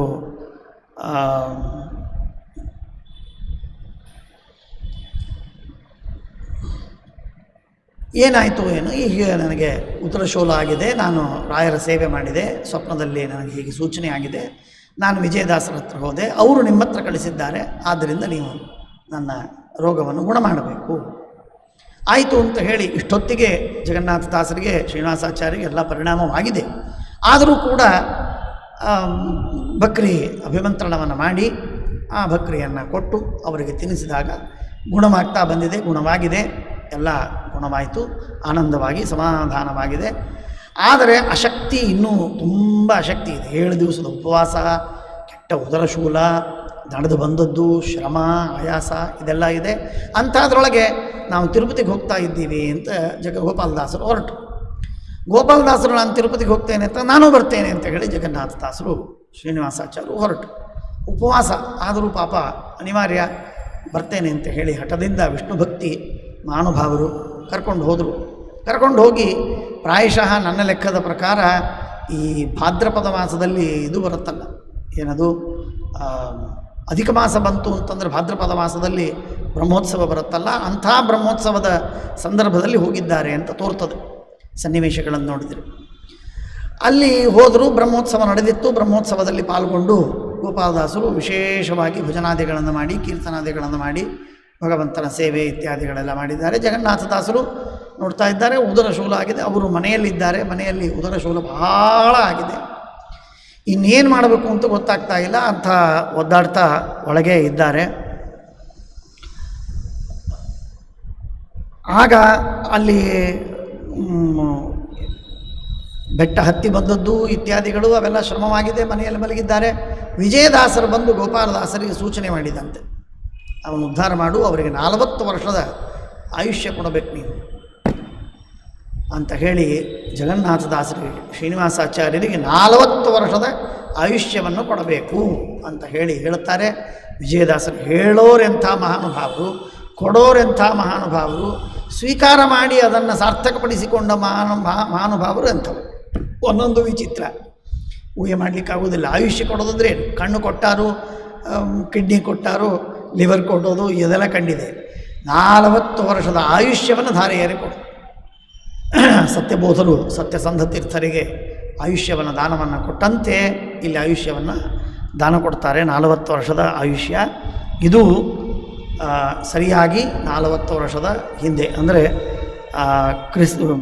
ಶಾಲಿವಾಹನ ಶಕ 1691ರಲ್ಲಿ ವಿರೋಧಿ ನಾಮ ಸಂವತ್ಸರ ಭಾದ್ರಪದ ಶುದ್ಧ ನವಮಿ ದಿವಸ ಈ ರೀತಿಯಾಗಿ ಅವರಿಗೆ ಆಯುಷ್ಯವನ್ನು ಕೊಡ್ತಾರೆ. ಆಮೇಲೆ ಅಲ್ಲೇ ಮಲಗಿರ್ತಾರೆ. ಮಲಗಿದಾಗ ಇವರು ಗೋಪಾಲದಾಸರು ಹೊರಗೆಲ್ಲ ಬಂದು ಭಜನೆ ಗಿಜನೆ ಇತ್ಯಾದಿಗಳನ್ನೆಲ್ಲ ಮಾಡ್ತಾ ಇರ್ತಾರೆ. ಮಾಡ್ತಾ ಇರುವ ಸಂದರ್ಭದೊಳಗೆ ಎಲ್ಲ ಮುಗಿಸ್ಕೊಂಡು ಹೋಗುವಾಗ ನಮ್ಮ ಶ್ರೀನಿವಾಸಾಚಾರ್ಯರಿಗೆ ಒಂದು ಸ್ವಲ್ಪ ಪ್ರಸಾದ ತೀರ್ಥ ಒಯ್ಯೋಣ ಅಂತ ಹೇಳಿ ಪ್ರಸಾದಕ್ಕೆ ಬರ್ತಾರೆ. ಅಲ್ಲಿ ಭಾಳ ತಡವಾಗ್ತದೆ, ಭಾಳ ಕಾಯಿಸ್ತಾರೆ, ಏನೇನೋ ಗಲಾಟೆ ಆಗ್ತದೆ, ಎಲ್ಲ ತೊಂದರೆ ಆಗ್ತದೆ. ಅಲ್ಲಿ ಪಾಪ ಹಸಿವು ಅಂತ ಅವರು ಒದ್ದಾಡ್ತಿರ್ತಾರೆ. ಅಂಥದ್ರೊಳಗೆ ಗೋಪಾಲದಾಸರು ಬಂದು ಅಲ್ಲಿ ತೀರ್ಥವನ್ನು ಕೊಟ್ಟು ಆ ಪ್ರಸಾದವನ್ನು ಕೊಟ್ಟು ತಿನ್ನಿಸಿ ಉಣಿಸಿ ಸಮಾಧಾನ ಮಾಡಿಸಿ ಎಲ್ಲ ತಲೆ ಮೇಲೆ ಕೈ ಆಡಿಸಿ ಎಲ್ಲ ಮಾಡಿ ಹೋಗ್ಬಿಡ್ತಾರೆ. ಆಮೇಲೆ ಸ್ವಲ್ಪ ಹೊತ್ತಾದ ಮೇಲೆ ಗೋಪಾಲದಾಸರು ಬರ್ತಾರೆ. ಗೋಪಾಲದಾಸರು ಬಂದು ಪ್ರಸಾದ ನಾನು ತಂದೆ, ಭಾಳ ಕಷ್ಟ ಆಯಿತು, ಭಾಳ ತಡವಾಯಿತು, ಪಾಪ ನಿನಗೆ ತೊಂದರೆ ಆಯಿತು ನಿನಗೆ ಅಂತಾರೆ. ಅಂದಾಗ ಅವರು ಅಂತಾರೆ, ನೀವೇ ಬಂದ್ರಲ್ಲ, ಮತ್ತೆ ನೀವೇ ತೀರ್ಥ ಕೊಟ್ಟು ಪ್ರಸಾದ ಕೊಟ್ಟು ತಿನ್ನಿಸಿ ಉಣಿಸಿ ಎಲ್ಲ ಸಮಾಧಾನ ಮಾಡಿ ಹೋಗಿದ್ದೀರಿ, ಮತ್ತೇನೀಗ ಈಗ ತಂದೆ ತಡವಾಯಿತು ಅಂತ ಏನು ಹೇಳ್ತಾ ಇದ್ದೀರಿ? ನಾನು ತಂದೆ ಇಲ್ಲ, ನಾನು ಈಗ ತಂದೆ, ಭಾಳ ಕಷ್ಟಪಟ್ಟು ತಂದೇನೆ ಅಂತ ಹೇಳ್ತಾರೆ. ಹೇಳಿದರೆ ಆಗ ಎಲ್ಲ ಸಂಗತಿಗಳನ್ನು ವಿಚಾರ ಮಾಡಿದರೆ ಸಾಕ್ಷಾತ್ ಶ್ರೀನಿವಾಸನೇ ಗೋಪಾಲದಾಸರ ರೂಪದಲ್ಲಿ ಬಂದು ಅವರಿಗೆ ತೀರ್ಥ ನೈವೇದ್ಯ ಪ್ರಸಾದವನ್ನು ಕೊಟ್ಟು ಅವರಿಗೆ ಆಶೀರ್ವಾದವನ್ನು ಮಾಡಿ ಜಗನ್ನಾಥದಾಸರಿಗೆ ಗೋಪಾಲದಾಸರ ರೂಪದಲ್ಲಿ ಬಂದು ಅದೃಶ್ಯನಾಗಿ ಹೋಗಿರ್ತಾರೆ. ಗೋಪಾಲದಾಸರಿಗೆ ಕಣ್ಣಲ್ಲಿ ನೀರು, ಶ್ರೀನಿವಾಸಾಚಾರ್ಯಗೂ ಪರಮಾನಂದ. ಈ ರೀತಿಯಾಗಿ ಭಗವಂತನ ಅನುಗ್ರಹ ಆಗಿದೆ ಅಂತ ಹೇಳಿ ಸಂತೋಷ, ಮತ್ತು ಪ್ರಸಾದಾದಿಗಳನ್ನು ತೀರ್ಥಾದಿಗಳನ್ನು ಸ್ವೀಕಾರ ಮಾಡ್ತಾರೆ. ಆ ರೀತಿಯಾಗಿ ಮತ್ತು ಉತ್ತನೂರಿಗೆ ತಿರುಗಿ ಬರ್ತಾರೆ. ಉತ್ತನೂರಿಗೆ ತಿರುಗಿ ಬಂದ ಮೇಲೆ ಆಗ ಗದ್ವಾಲದಲ್ಲಿ ರಾಜಾರಾಮರಾಯ ಅಂತ ಒಬ್ಬ ದೊಡ್ಡ ಅಧಿಕಾರಿ, ಆ ರಾಜ ಗದ್ವಾಲ ಮೊದಲಿಂದಲೂ ಹಿಂದೂ ರಾಜ್ಯ. ಅಲ್ಲಿ ಭಾಳಷ್ಟು ಹಿಂದೂಗಳಿಗೆ, ಪಂಡಿತರಿಗೆ, ಕವಿಗಳಿಗೆ ಹಾಗೂ ಅನೇಕ ಬೇರೆ ಬೇರೆ ಕಲಾವಿದರಿಗೆ ವಿಶೇಷವಾದ ಪ್ರೋತ್ಸಾಹನೆ. ಇದು ಮೊನ್ನೆವರೆಗೆ ಅಂದರೆ 80, 90, 100 ವರ್ಷಗಳ ಹಿಂದಿನವರೆಗೂ ಇದು ನಡೀತಾ ಇತ್ತು ಅಂತ ಅನ್ನೋದಾಗಿ ನಮ್ಮ ಪೂಜ್ಯ ವ್ಯಾಕರಣದ ಆಚಾರ್ಯ, ನಮ್ಮ ಗುರುಗಳು ನಾಗರಳ್ಳಿ ಆಚಾರ್ಯರು, ನಾಗರಳ್ಳಿ ರಾಮಾಚಾರ್ಯರು, ಅವರು ಯಾವಾಗಲೂ ಹೇಳಿದ್ರು ಮೊನ್ನೆವರೆಗೆ ನಡೀತಾ ಇತ್ತು ಅಂತ. ಅವರು ನೋಡಿದ್ದನ್ನು ಹೇಳ್ತಾ ಇದ್ದರು ಸುದ್ದಿ. ಆ ರೀತಿಯಾಗಿರುವಂತಹ ಒಂದು ವಿಶಿಷ್ಟವಾದಂಥದ್ದು. ಅಲ್ಲಿ ಆ ರಾಜರಾಮರಾಯ ಅವನು ಪ್ರಸ್ತಾವನೆ ಮಾಡಿಸಿ, ವ್ಯಾಸತತ್ವಜ್ಞರು ಬಂದಿದ್ದಾರೆ ಐಜಿಯಿಂದ, ವೇಣಿ ಸೋಂಪುರದಿಂದ, ಗೋಪಾಲದಾಸರಿದ್ದಾರೆ, ಇಬ್ಬರೂ ಕೂತಿದ್ದಾರೆ. ಇಬ್ಬರಿಗೂ ಅವರು ಯತಿವರಣ್ಯರು, ಇವರು ದಾಸವರಣ್ಯರು. ಅವರಿಬ್ಬರ ಸನ್ನಿಧಾನದಲ್ಲಿ ಜಗನ್ನಾಥದಾಸರು ಅಲ್ಲಿದ್ದು ವಿಶೇಷವಾಗಿ ಸೇವಾದಿಗಳನ್ನು ಮಾಡಿದ್ದಾರೆ. ಆಮೇಲೆ ಪಂಢರಪುರಕ್ಕೆ ಯಾತ್ರೆ ಮಾಡಬೇಕು ಅಂತ ಹೇಳಿ ಹೊರಡ್ತಾರೆ. ಪಂಢರಪುರಕ್ಕೆ ಯಾತ್ರೆ ಮಾಡಬೇಕು ಅಂತ ಹೊರಟಾಗ ಪಂಢರಪುರಕ್ಕೆ ಹೋಗ್ತಾರೆ, ಸುದೀರ್ಘ ಕಾಲದವರೆಗೆ ಹೋಗ್ತಾರೆ. ಪಂಢರಪುರಕ್ಕೆ ಬಂದ ಮೇಲೆ ಅಲ್ಲಿ 12 ದಿನಗಳವರೆಗೆ ಅಖಂಡವಾಗಿ ದೇವರ ದರ್ಶನ, ದೇವರ ಸೇವೆ ಇವುಗಳನ್ನು ಮಾಡ್ತಾನೇ ಅಲ್ಲೇ ಇದ್ದು ಬಿಡ್ತಾರೆ. ಒಂದು ದಿವಸ ಸ್ನಾನ ಮಾಡ್ತಾ ಇರುವಾಗ ಮೊದಲು ಗೋಪಾಲದಾಸರಿಗೆ ಕೇಳ್ತಾರೆ, ನಮಗೆ ಅಂಕಿತವನ್ನು ಕೊಡಿ ಅಂತ. ನಾನು ಕೊಡೋದಿಲ್ಲ, ನಿನಗೆ ವಿಠ್ಠಲ ದೇವರ ಅನುಗ್ರಹದಿಂದ ಸಿಗ್ತದೆ ಅಂತ ಹೇಳಿ ಕಳಿಸೋದು. ಆಗ ಭೀಮಾ ನದಿಯಲ್ಲಿ, ಚಂದ್ರಭಾಗಾ ನದಿ, ಅಲ್ಲಿ ಚಂದ್ರಭಾಗ ಅಂತ ಕರೀತಾರೆ ಭೀಮಾ ನದಿ. ಆ ಭೀಮಾ ನದಿಯಲ್ಲಿ ಸ್ನಾನವನ್ನು ಮಾಡುವುದಕ್ಕೆ ಮುಳುಗಿದಾಗ ಒಂದು ಫಲಕ, ಕಲ್ಲಿನ ಫಲಕ, ಆ ಕಲ್ಲಿನ ಫಲಕದ ಮೇಲೆ ಜಗನ್ನಾಥ ಅಂತ ಹೆಸರು ಬರೆದದ್ದು ಫಲಕ ಸಿಗ್ತದೆ. ಅದನ್ನು ನೋಡಿ ಹಾಗಾದರೆ ಜಗನ್ನಾಥದಾಸ ಅಂತ, ಜಗನ್ನಾಥ ವಿಠ್ಠಲ ಅಂತ ಅಂಕಿತವನ್ನು ಇಟ್ಟುಕೊಳ್ಳಬೇಕು ಅಂತ ಭಗವಂತನ ಸಂಕಲ್ಪ ಅಂತ ತಿಳ್ಕೊಂಡು ಆ ರೀತಿಯಾಗಿ ಅಂಕಿತವನ್ನು ಇಟ್ಟುಕೊಳ್ತಾರೆ. ಪಂಢರಪುರದಲ್ಲಿ ಪರಮಾತ್ಮನ ದರ್ಶನವನ್ನು ಮಾಡಿಕೊಂಡು ಸೇವೆ ಮಾಡ್ತಾ ಇರುವ ಸಂದರ್ಭದಲ್ಲೇ ಒಂದು ದಿವಸ ಏನಾಗ್ತದೆ ಅಂದರೆ, ಒಬ್ಬ ಬ್ರಾಹ್ಮಣ ಬರ್ತಾನೆ. ಒಬ್ಬ ಬ್ರಾಹ್ಮಣ ಬಂದು, ಮತ್ತು ಜಗನ್ನಾಥದಾಸರಿಗೆ ನಮ್ಮ ಮನೆಯಲ್ಲಿ ಊಟಕ್ಕೆ ಬರಬೇಕು, ದೇವಸ್ಥಾನದಲ್ಲಿ ನಾವು ಒಂದು ಪ್ರಸ್ತಾವನೆ ಇಟ್ಕೊಂಡಿದ್ದೇವೆ, ನೀವು ಬರಬೇಕು ಊಟಕ್ಕೆ ಅಂತ ಕರೀತಾರೆ. ಅವರಿಗೆ ಅಲ್ಲಿ ಏನು ಅನುಕೂಲ ಇರುವುದಿಲ್ಲ, ಊಟಕ್ಕೆ ವ್ಯವಸ್ಥೆ ಯಾವುದು ಭಾಳ ಸರಿಯಾಗಿ ಅನುಕೂಲ ಇರೋದಿಲ್ಲ. ಹಾಗಾಗಿ ಊಟಕ್ಕೆ ಕರೆದ ತಕ್ಷಣಕ್ಕೆ ಆಯಿತು ಅಂಥೇಳಿ ಒಪ್ಪಿಬಿಡ್ತಾರೆ. ಬರ್ತೇನೆ ಅಂತಂತಾರೆ. ಎಷ್ಟೊತ್ತು ಸಮಯ ಗಮಯ ಎಲ್ಲ ಕೇಳ್ಕೊತಾರೆ. ಎಲ್ಲಿ ಅಂತ ಕೇಳ್ತಾರೆ. ಕೇಳಿದಾಗ ರುಕ್ಮಿಣೀ ಮಂದಿರದ ಹತ್ತಿರ ಒಳಗೆ ಅಲ್ಲಿ ಭೋಜನದ ವ್ಯವಸ್ಥೆಯನ್ನು ಮಾಡಿಸಿದ್ದೇವೆ, ನೀವು ಬನ್ನಿ. ಆಯಿತು, ನಾನು ಬರ್ತೇನೆ ಅಂತ ಹೇಳಿ ಅವರು ಹೋಗ್ತಾರೆ. ಕರೆದ ವ್ಯಕ್ತಿ ಅವನು ಪ್ರಾಯ ಮರಾಠಿ ಬ್ರಾಹ್ಮಣ, ಅವನು ಕರೀತಾನೆ. ಇವರು ಹೋಗ್ತಾರೆ. ಅಲ್ಲಿ ಹೋಗಿ ಊಟಕ್ಕೆ ಕೂತ್ಕೋತಾರೆ. ಅನೇಕ ಬ್ರಾಹ್ಮಣರು, ಪಂಡಿತರು, ವಿದ್ವಾಂಸರು ಎಲ್ಲರೂ ಕೂತಿರ್ತಾರೆ. ಎಲೆ ಹಾಕಿದ ಮೇಲೆ ಬಡಿಸೋದಕ್ಕೆ ಅತೀ ಚೆಲುವೆಯರಾಗಿರತಕ್ಕಂತಹ ಹೆಣ್ಣು ಮಕ್ಕಳು ಬಂದು ಸರಸರ ಸರಸರ ಸರಸರ ಬಡಿಸಿದ್ದಾಯಿತು. ಭಕ್ಷ್ಯಭೋಜ್ಯಗಳನ್ನೆಲ್ಲ ಬಡಿಸಿ ರುಕ್ಮಿಣಿ ಮಂದಿರದಲ್ಲಿ ಎಲ್ಲ ಬ್ರಾಹ್ಮಣರಿಗೆ ಊಟದ ವ್ಯವಸ್ಥೆ ಆಗಿದೆ. ಹೆಣ್ಣು ಮಕ್ಕಳು ಭಾರಿ ಭಾರಿ ಜರ್ತಾರಿ ಸೀರೆಗಳನ್ನು ಉಟ್ಟು ಅಲಂಕೃತರಾಗಿ ಎಲ್ಲರೂ ಬಂದು ಎಲ್ಲರೂ ಬಡಿಸಿದ್ದಾರೆ. ಎಲ್ಲ ಭೋಜನವಾಯಿತು. ಭೋಜನವಾದ ಮೇಲೆ ಭೋಜನ ಮುಗಿಸ್ಕೊಂಡು ಇನ್ನು ಕೈ ತೊಳೆದು ಬರೋದರೊಳಗೆ ಎಲೆ ಇಲ್ಲ, ಪಾತ್ರೆ ಇಲ್ಲ, ಬಡಿಸಿದವರಿಲ್ಲ, ಯಜಮಾನ ಇಲ್ಲ, ಯಜಮಾನನ ಹೆಂಡತಿ ಇಲ್ಲ, ಯಾರೂ ಇಲ್ವೇ, ಯಾರ್ಯಾರೂ ಇಲ್ಲ. ಎಷ್ಟು ಹುಡುಕ್ತಾರೆ. ದೇವಸ್ಥಾನ ಎಷ್ಟಿದೆ ಅಷ್ಟು ದೇವಸ್ಥಾನದಲ್ಲಿ ಎಲ್ಲ ಕಡೆಗೂ ಹೋಗ್ತಾರೆ. ಎಲ್ಲಿ ಒಂದು ಪಾತ್ರೆ ಇಲ್ಲ. ಒಂದು ಬಡಿಸಿದವರು 10 ಜನ ಬಂದು ಹೆಣ್ಮಕ್ಕಳೆಲ್ಲ ಬಡಿಸಿರ್ತಾರೆ, ಯಾರಿಲ್ವೇ ಇಲ್ಲ. ಆಯಿತು, ಭಗವಂತ ವಿಠ್ಠಲನೇ ನನಗೆ ಪ್ರಸಾದವನ್ನು ಕೊಟ್ಟ, ರುಕ್ಮಿಣಿನೇ ತಾವು ತನ್ನ ಪ್ರಸಾದವನ್ನು ಕೊಟ್ಟಳು ಅಂತ ಹೇಳಿ ಅತ್ಯಂತ ಸಂತೋಷದಿಂದ ಹೊರಗೆ ಬರ್ತಾರೆ. ಹೊರಗೆ ಬರುವಾಗ ಆ ಬ್ರಾಹ್ಮಣ ಇರ್ತಾರೆ. ಮತ್ತೆ ಕರೆದ ಆಮಂತ್ರಣ ಕೊಟ್ಟ ಬ್ರಾಹ್ಮಣ ಅದೇ ರೂಪದಲ್ಲೇ, ಆ ಬ್ರಾಹ್ಮಣ ರೂಪದಲ್ಲೇ ಅವನು ಕಾಣಿಸ್ತಾನೆ. ಆಗ ಅವನೇ ಬ್ರಾಹ್ಮಣ ಅಂತ ಅವನಿಗೆ ಸಾಷ್ಟಾಂಗ ನಮಸ್ಕಾರ ಹಾಕ್ತಾರೆ. ಅವನ ಆಶೀರ್ವಾದವನ್ನು ಮಾಡ್ತಾನೆ. ಆಗ ಜಗನ್ನಾಥದಾಸರು ಪಂಢರಪುರದಿಂದ ಪರಮಾತ್ಮನ ದರ್ಶನ, ಪರಮಾತ್ಮನಿಂದ ಅಂಕಿತ, ಪರಮಾತ್ಮನಿಂದ ಪ್ರಸಾದ, ಸ್ವಯಂ ದೇವತೆಗಳೇ ಯಾರೋ ಲಕ್ಷ್ಮೀದೇವಿಯೇ ಅಥವಾ ದೇವತೆಗಳು ಅಲ್ಲೆಲ್ಲ ಬಡಿಸಿದ್ದು, ಆ ರೀತಿಯಾಗಿ ಅದ್ಭುತವಾದಂತಹ ಒಂದು ಸಂಗತಿ ನಡೆದು ಹೋಗ್ತದೆ. ಮತ್ತೆ ಮರಳಿ ಮತ್ತೆ ಮಾನ್ವಿಗೆ ಬರ್ತಾರೆ.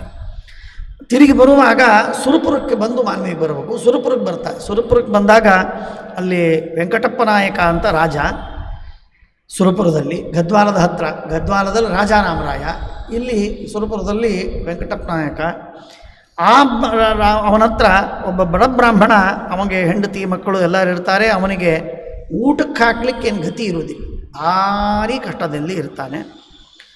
ಜಗನ್ನಾಥದಾಸರ ಹತ್ರ ಬಂದು ಶರಣಾಗತನಾಗ್ತಾನೆ. ಸ್ವಾಮಿ, ನನ್ನ ಹತ್ರ ಏನಿಲ್ಲೇ ಇಲ್ಲ, ಏನೇನೇನೂ ಇಲ್ಲ, ನನಗೆ ಹೆಂಡತಿ ಮಕ್ಕಳಿದ್ದಾರೆ, ಹೊಟ್ಟೆಗೆ ಹಾಕ್ಲಿಕ್ಕೆ ಏನಿಲ್ಲ, ನನಗೇನಾದರೂ ಉದ್ಧಾರ ಮಾಡಿರಿ ಅಂದಾಗ, ಆಗಲಿ ನಿನ್ನ ಹತ್ರ ಏನಿದೆ ಕೊಡು ಅಂತ. ಏನೂ ಇಲ್ಲೇ ಇಲ್ಲ ಅಂತಂತ. ಏನಿದೆ ಕೊಡು ಅಂತಂತ. ಏನಿದೆ ಅಂತಂದರೆ ಅಷ್ಟರೊಳಗೆ ಒಂದು ತಂಬಿಗೆ ಇರ್ತದೆ ಅಂತ. ಆ ತಂಬಿಗೆ ಇಸ್ಕೋತಾರೆ, ಕೊಡು ಅಂತಾರೆ, ಇಸ್ಕೋತಾರೆ. ಆ ತಂಬಿಗೆಯನ್ನು ಮಾರ್ತಾರೆ. ತಂಬಿಗೆಯನ್ನು ಮಾರಿ ಅದರಿಂದ ಬಂದಂತಹ ಏನು ಒಂದು 4 ಕಾಳು ಧಾನ್ಯ ದವಸ ಬರ್ತದೆ, ಅದನ್ನು ತಂದು ಪಾಯಸ ಮಾಡಿ ಅಡುಗೆ ಮಾಡಿ ಬ್ರಾಹ್ಮಣರಿಗೆ ಊಟಕ್ಕೆ ಹಾಕ್ತಾರೆ. ಆ ತಂಬಿಗೆನೂ ಹೋಯ್ತು ಅವನು. ಆ ಬ್ರಾಹ್ಮಣರಿಗೆ ಊಟಕ್ಕೆ ಹಾಕಿದ ಮೇಲೆ ಆ ಪುಣ್ಯ ಅವನಿಗೆ ಬರಲಿ ಅಂತ, ಏನೂ ದಾನ ಮಾಡದೇ ಇದ್ದದ್ದಕ್ಕೆ ಅವನು ಬಡವನಾಗಿದ್ದಾನೆ, ಅದಕ್ಕೆ ಸ್ವಲ್ಪ ಆದರೂ ದಾನ ಮಾಡಲಿ ಅಂತ ಹೇಳಿ ಜಗನ್ನಾಥದಾಸರು ವಿಶೇಷವಾಗಿ ಕರುಣೆಯಿಂದ ಅವನಿಂದ ಈ ಕೆಲಸವನ್ನು ಮಾಡಿಸ್ತಾರೆ. ಮಾಡಿಸಿ ನೃಸಿಂಹ ಸುಳಾದಿಯನ್ನು ರಚನೆ ಮಾಡಿ ಕೊಡ್ತಾರೆ. ಇದನ್ನು ನೀನು ಪಠನ ಮಾಡು, ನೀನೆಲ್ಲ ಆಪತ್ತುಗಳ ಪರಿಹಾರ ಆಗ್ತದೆ, ಐಶ್ವರ್ಯ ಬರ್ತದೆ, ನೀನೇನು ಚಿಂತೆ ಮಾಡಬೇಡ. ಆ ನೃಸಿಂಹ ಸುಳಾದಿಯನ್ನು ಸತತವಾಗಿ ಪಾರಾಯಣ ಮಾಡ್ತಾ ಇರ್ತಾರೆ. ಅವನು ಪಾರಾಯಣ ಮಾಡ್ತಾ ಮಾಡ್ತಾ ಒಂದು ದೇವಸ್ಥಾನದಲ್ಲಿ, ಒಂದು ಬೆಟ್ಟದ ಮೇಲೆ ಒಂದು ದೇವಸ್ಥಾನ, ಆ ಬೆಟ್ಟದ ಮೇಲಿನ ದೇವಸ್ಥಾನದೊಳಗೆ ಅಲ್ಲಿ ಪೂಜೆ ಮಾಡ್ತಾ ಇರ್ತಾನೆ. ಬಡವ, ಏನಿಲ್ವೇ ಇಲ್ಲ, ಹೆಂಡತಿ ಮಕ್ಕಳನ್ನು ಬಿಟ್ಟು ಬಂದುಬಿಟ್ಟಿರ್ತಾನೆ. ಈ ರೀತಿ ಮಾಡ್ತಾ ಇರುವ ಸಂದರ್ಭದಲ್ಲಿ ಅಲ್ಲೊಬ್ಬ ಮುಸಲ್ಮಾನ್ ರಾಜ ಬರ್ತಾನೆ. ಅಲ್ಲ, ಇವನೇ ಈ ವೆಂಕಟಪ್ಪ ನಾಯಕ ರಾಜ, ಸುರಪುರದ ರಾಜ ಆ ಬೆಟ್ಟದ ಮೇಲೆ ಬೇಟೆ ಆಡುವುದಕ್ಕೆ ಹೋಗ್ತಾನೆ. ಹೋದಾಗ ಈ ಬ್ರಾಹ್ಮಣ ಕಾಣಿಸ್ತಾನೆ. ಈ ಬ್ರಾಹ್ಮಣ ಕಾಣಿಸಿದರೆ ಅಷ್ಟೊತ್ತಿಗೆ ಆ ರಾಜನಿಗೆ, ಬೇಟೆ ಆಡುವುದಕ್ಕೆ ಬಂದ ರಾಜನಿಗೆ ಒಬ್ಬ ದೂತ ಬಂದು ಪತ್ರವನ್ನು ಕೊಡ್ತಾನೆ. ಒಂದು ಪತ್ರ ಬಂದಿದೆ, ನೋಡಬೇಕು, ಓದಬೇಕು. ಆ ರಾಜ ಅವನು ಪತ್ರವನ್ನು ಓದಿಸೋದಕ್ಕೆ ಇಲ್ಲಿ ಯಾರೇ ಬ್ರಾಹ್ಮಣರಿದ್ದಾರೆ ಅಂತ ಪೂಜಾರಿ ಬ್ರಾಹ್ಮಣ ಇರ್ತಾನೆ, ಪೂಜಾರಿಯನ್ನು ಕರೀತಾನೆ.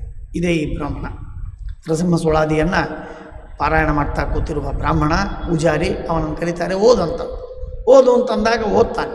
ಓದಿ ಹೇಳಿದಾಗ, ನೀನೇನು ಮಾಡ್ತೀವಿ ಇಲ್ಲಿ, ಅವನಿಗೇನಾದರೂ ಬಹುಮಾನವನ್ನು ಕೊಡಬೇಕು, ಏನೋ ಭಾಳ ಒಳ್ಳೆಯ ಸುದ್ದಿ ಅದರೊಳಗೆ ಬಂದಿರ್ತದೆ, ಹಾಗಾಗಿ ಏನೋ ಬಹುಮಾನ ಕೊಡಬೇಕು, ನೀನೇನು ಮಾಡ್ತೀನಿ? ಏನಿಲ್ಲ ಸ್ವಾಮಿ, ಏನೂ ಹಣವಿಲ್ಲೇ ಇಲ್ಲ, ಇಲ್ಲೇ ನರಸಿಂಹದೇವರ ಇದು ಸುಳಾದಿ ಅಂತ ಪೂಜೆ ಮಾಡ್ತಾ ಇದ್ದೇನೆ, ಹನುಮಂತನ ಪೂಜೆ ಮಾಡ್ತಾ ಇದ್ದೇನೆ. ಇಲ್ಲ, ನೀನು ನನ್ನ ಬಂದು ಭೇಟಿಯಾಗು. ಸುರಪುರಕ್ಕೆ ರಾಜ್ಯ ಆಸ್ಥಾನಕ್ಕೆ ಹೋಗ್ತಾನೆ, ಭೇಟಿಯಾದಾಗ ಅವನಿಗೊಂದು ಕೆಲಸ ಕೊಡ್ತಾನೆ. ಅವನಿಗೆ ಕೆಲಸ ಕೊಡ್ತಾನೆ. ಕೆಲಸ ಕೊಟ್ಟು ಆ ಕೆಲಸದಲ್ಲಿ ಉತ್ತಮವಾದ ಕೆಲಸವನ್ನು ಮಾಡಿ ಮಾಡಿ ಮಾಡಿ ಮಾಡಿ 16 ವರ್ಷಗಳಲ್ಲಿ ಅವನು ಮಂತ್ರಿನೇ ಆಗ್ತಾನೆ.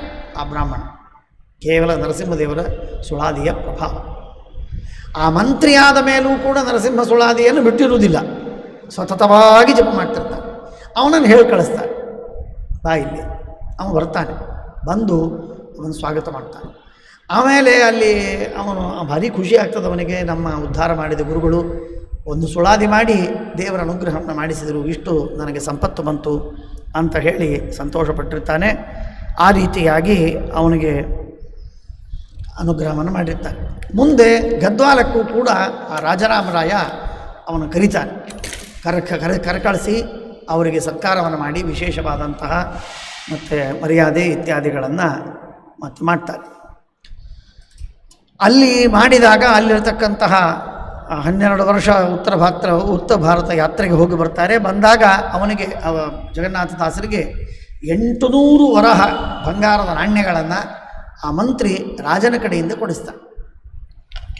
ಅಷ್ಟು ವಿಶೇಷವಾದಂತಹ ಸೇವೆಯನ್ನು ಮಾಡ್ತಾನೆ. ಸಮನೂರಿನಲ್ಲಿ ಸತ್ಯಬೋಧ ತೀರ್ಥರು ಒಂದು ಸಲ ಸಮಾರಾಧನೆ ಮಾಡ್ತಿರ್ತಾರೆ, ಮಾಸವಾರಾಧನೆ. ಜಗನ್ನಾಥದಾಸರಿಗೆ ಹೇಳಿ ಕಳಿಸ್ತಾರೆ, ಆಮಂತ್ರಣ ಕೊಟ್ಟು ಬರಬೇಕು ನೀನು. ಆಗ ಜಗನ್ನಾಥದಾಸರು ಬರ್ತಾರೆ. ಜಗನ್ನಾಥದಾಸರು ಬಂದು ಜಗನ್ನಾಥದಾಸರು ಸತ್ಯಬೋಧನ ಮೇಲೆ ಆಗ 5 ಶ್ಲೋಕಗಳನ್ನು ಮಾಡ್ತಾರೆ. ನಾವೇನಂತೇವೆ, ಶ್ರೀ ಸತ್ಯಬೋಧೋ ನಿಜಕಾಮಧೇನು ಮಾಯಾತಮಖಂಡನ ಚಂಡಪಾನು ದುರಂತ ಪಾಪ ಪ್ರದಹೇ ಕೃಷಾನು ದೇಯನ್ಮಮೆಷ್ಟು ಗುರುರಾಜಸೂನು ಶ್ರೀ ಸತ್ಯಬೋಧೇತಿ ಪದಾಭಿಧಾನ ಸದಾ ವಿಶುದ್ಧಾತ್ಮಧಿಯಾ ಸಮಾನ ಸಮಸ್ತ ವಿದ್ವನ್ನಿಚಯ ಪ್ರಧಾನ ವಿಬುಧಾನ್ ದಧಾನ ರಮಾಧಿನಾಥಾರ್ಹಣ ವಾಣಿಜ್ಯ 5 ಶ್ಲೋಕಗಳು. ಶ್ರೀ ಶ್ರೀನಿವಾಸಾರ್ಪಿತ ಪಂಚಪದ್ದೀಂ. ಶ್ರೀನಿವಾಸ ಅಂದರೆ ಶ್ರೀನಿವಾಸಾಚಾರ್ಯರು, ಜಗನ್ನಾಥದಾಸರು ಅವರು ರಚನೆ ಮಾಡಿದ ಪಂಚಪದ್ಯಗಳು. ಆ 5 ಪದ್ಯಗಳನ್ನು ಆ ಗುರುಗಳ ಮೇಲೆ ಸತ್ಯಬೋಧನ ಮೇಲೆ ಮಾಡಿ ಸಮರ್ಪಣೆಯನ್ನು ಮಾಡ್ತಾರೆ. ಸತ್ಯಬೋಧರು ಶಿಷ್ಯ ಸಮೇತರಾಗಿ ಬಂದಿರತಕ್ಕಂತಹ ದೊಡ್ಡ ಗುಂಪಿನಿಂದ ಕೂಡಿ ಬಂದಿರತಕ್ಕಂತಹ ಜಗನ್ನಾಥದಾಸರಿಗೆ ವಿಶೇಷವಾಗಿ ಗೌರವ, ಪ್ರೀತಿ, ಮರ್ಯಾದೆ ಎಲ್ಲವನ್ನೂ ಮಾಡಿ ಅವರಿಗೆ ಸತ್ಕಾರವನ್ನು ಮಾಡ್ತಾರೆ. ಸವಣೂರಿನಲ್ಲಿರುವ ಸಂದರ್ಭದಲ್ಲೇ ಹೇಳುವಂತಹ ಪದ್ಧತಿ, ಕರ್ಜಿಗಿ ಸವಣೂರಿನಿಂದ ಹತ್ತಿರ, ಅದು ವರದಾ ನದಿ, ನಮ್ಮ ಸತ್ಯಪ್ರಮೋದ ತೀರ್ಥ ಶ್ರೀಪಾದಂಗಳವರ ಹುಟ್ಟೂರು, ಅಂದರೆ ಅವರ ಇದ್ದ ಊರು ಅಥವಾ ಅವರ ತಂದೆ ಇದ್ದ ಊರು ಇತ್ಯಾದಿ. ಆ ಊರಿನಲ್ಲಿ ನೀವು ಬರಬೇಕು ಅಂತ ಹೇಳಿ ಅಲ್ಲಿ ಭಕ್ತರೆಲ್ಲರೂ ಜಗನ್ನಾಥದಾಸರನ್ನ ಕರೀತಾರೆ. ಆಯಿತು ಅಂತ ಹೇಳಿ ಬರ್ತಾರೆ. ಜಗನ್ನಾಥದಾಸರು ಬಂದರು. ಬಂದ ಮೇಲೆ ಏನಾಗುತ್ತೆ ವಿಚಿತ್ರ ಅಂತಂದರೆ, ಯಾರ ಮನೆಯಲ್ಲಿ ಇಳಿಸೋದು ಅಂತ ಪ್ರಶ್ನೆ. ಅಲ್ಲಿ ದಾಸಪ್ಪ ದಾಸ ಅಂತ ಒಬ್ಬರು ಇರ್ತಾನೆ, ಅವನ ಮನೆಯಲ್ಲಿ ಇಳಿಸ್ಬೇಕು ಅಂತ ಹೇಳಿ, ಏನದೋ ಉಳಿದವ್ರದ್ದೆಲ್ಲ ಮನೆ ಚಿಕ್ಕದಿರ್ಬೋದು, ಅವನ ದೊಡ್ಡ ಮನೆ ಇರ್ಬೋದು, ಪ್ರತ್ಯೇಕವಾದಂತಹ ಖೋಲಿ, ಅನುಕೂಲತೆ, ಪೂಜೆ, ಅಡಿಗೆ, ಊಟ ಎಲ್ಲದಕ್ಕೂ ಅನುಕೂಲ ಇದೆ ಅಂತ ಅನ್ನೋ ಕಾರಣ ಇರ್ಬೋದು. ಅಂತೂ ಅಲ್ಲಿ ಇಳಿಸ್ತಾನೆ. ಅವನು ಶ್ರೀಮಂತ. ಅವನು ಕೆಟ್ಟ ಚಟವೇನು ಅಂತಂದರೆ, ಅವನ ಮನೆಯಲ್ಲಿ ಇಳ್ಕೋತಾರೆ ಜಗನ್ನಾಥದಾಸರು. ಅವನ ಹೆಂಡತಿ ಭಾರೀ ಸಾಧ್ವಿ ಶಿಖಾಮಣಿ, ಭಾರೀ ಸಾಧ್ವಿ ಶಿಖಾಮಣಿ. ದುರ್ದೈವದಿಂದ ಈ ದಾಸಪ್ಪ ಎಷ್ಟು ವಿಚಿತ್ರ ಇರ್ತದೆ ನೋಡಿ. ಪ್ರಾರಬ್ಧ ಕರ್ಮ ಹೇಗಿರ್ತದೆ, ಊತಯ ಕರ್ಮ ವಾಸನಾಹ ಅಂತ ಹೇಳ್ತಾರಲ್ಲ, ಅದು ಹೇಗಿರ್ತದೆ ಅಂತಂದರೆ, ಅವನು ವೇಶ್ಯಾಸಂಗದಲ್ಲಿ ಇದ್ದ ಮನುಷ್ಯ. ಬೆಳಗ್ಗೆ ಹೋದ ಅಂತಂದರೆ ಮರುದಿವಸ ಬರೋದು, ಮತ್ತೆ ಇಲ್ಲಿ ಸ್ನಾನಾದಿಗಳನ್ನು ಮತ್ತೆ ಹೋದ ಅಂದರೆ ಮತ್ತೆ ಹಾಗೆ ಅಖಂಡ ವೇಶ್ಯಾಸಂಗದಲ್ಲಿ ಇದ್ದಂತಹ ಭ್ರಷ್ಟ, ಪತಿತ, ಈ ವಿಧವಾದಂತಹ ಒಬ್ಬ ವ್ಯಕ್ತಿ ಅವನ ಮನೆಯಲ್ಲಿ ಇಳ್ಕೋತಾರೆ. ಜಗನ್ನಾಥದಾಸರಿಗೆ ಇದೆಲ್ಲ ಲೇಪ ಆಗೋದಿಲ್ಲ. ಅವರಿಗೆ ಅದ್ಭುತ ವಿಚಿತ್ರ ಏನು ಅಂದರೆ, ಅದಕ್ಕೆ ವಿಪರೀತವಾಗ್ತದೆ. ಎಷ್ಟು ವಿಚಿತ್ರ ಆಗ್ತದೆ ಅಂತಂದರೆ, ಈ ರೀತಿ ಅವನು ಇರ್ತಿರ್ತಾನೆ. ಅಲ್ಲಿ ಜಗನ್ನಾಥದಾಸರು ನಿತ್ಯದಲ್ಲೂ ಕೂಡ ಬೆಳಿಗ್ಗೆ ಪೂಜೆ, ಸಾಯಂಕಾಲ ಭಜನೆ, ಕೀರ್ತನ ಎಲ್ಲ ಮಾಡಿ ಜನ ಎಲ್ಲ ಬರಬೇಕು, ಎಲ್ರಿಗೂ ಉಪದೇಶ ಮಾಡಬೇಕು, ಹಾಡುಗಳನ್ನು ಹಾಡಬೇಕು, ವಾದ್ಯ ವೈಭವ ಎಲ್ಲ ಮಾಡಿ ಎಲ್ಲ ವೈಭವದಿಂದ ಮಾಡ್ತಿರ್ತಾರೆ. ಈ ರೀತಿ ನಡೆದ ಸಂದರ್ಭದಲ್ಲಿ ಒಮ್ಮೆ ಅವನ ಮನೆಯಲ್ಲೇ ಒಂದು ದಿವಸ ಅವನ ಹೆಂಡತಿ ಕಾಡಿಬೇಡಿ, ಒಂದು ದಿವಸರೇ ಸ್ವಾಮಿಗಳು ದೊಡ್ಡ ಮಹಾ ಗುರುಗಳು ಬಂದಾರೆ, ದಾಸರು ಬಂದಾರೆ, ಯಾಕೆ ನೀವು ಬರಬಾರ್ದು, ಒಂದು ದಿವಸ ಭಜನೆ ಕೂಡ್ರಿ, ಅವರು ಆಶೀರ್ವಾದ ತೋಳ್ರಿ, ನೀ ಹೇಳ್ತೀಯಲ್ಲ ಬರ್ತೀನಿ, ಇವತ್ತಿರ್ತೀನಿ ಹೋಗು ಅಂತ ಹೇಳಿ ಅವತ್ತಿನ ದಿವಸ ಸ್ನಾನ ಮಾಡಿ ಗೂಟನಾಮ ಹಚ್ಕೊಂಡು, ಇಂಥವನ್ನ ಹಚ್ಕೊಂಡ್ರೆ ಗೂಟನಾಮನೇ ಅದು, ಹಾಗಾಗಿ ಮುದ್ರೆ ಧಾರಣ ಮಾಡಿಕೊಂಡು ಗೋಪಿಚಂದನ ಹಚ್ಕೊಂಡು ಭಜನೆ ಕೂಡ್ತಾರೆ. ಭಜನೆ ಕೂತ್ರೆ ಸಂಜೆ ಹೊತ್ತಿಗೆ ಭಜನೆ ಕೂತ್ರೆ ಜಗನ್ನಾಥದಾಸರ ಹತ್ರ ಪ್ರಾಣೇಶದಾಸರು ಇರ್ತಾರೆ. ಮಹಾನುಭಾವರು, ದೊಡ್ಡವರು. ಪ್ರಾಣೇಶದಾಸರಂತಾರೆ, ಇವತ್ತು ಸ್ವಾಮಿ ನಾನೇ ಹಾಡ್ತೀನಿ, ನಾನೇ ಭಜನೆ ಶುರು ಮಾಡ್ತೀನಿ. ಆಗಲಿ, ಅವಶ್ಯ ಶುರು ಮಾಡೋದಕ್ಕೇನಂತೆ, ಯಾರು ಮಾಡಿದರೆ ಸಂತೋಷ ಅಂತ ಹೇಳ್ತಾರೆ. ಪ್ರಾಣೇಶದಾಸರು ಭಜನೆ ಶುರು ಮಾಡ್ತಾರೆ.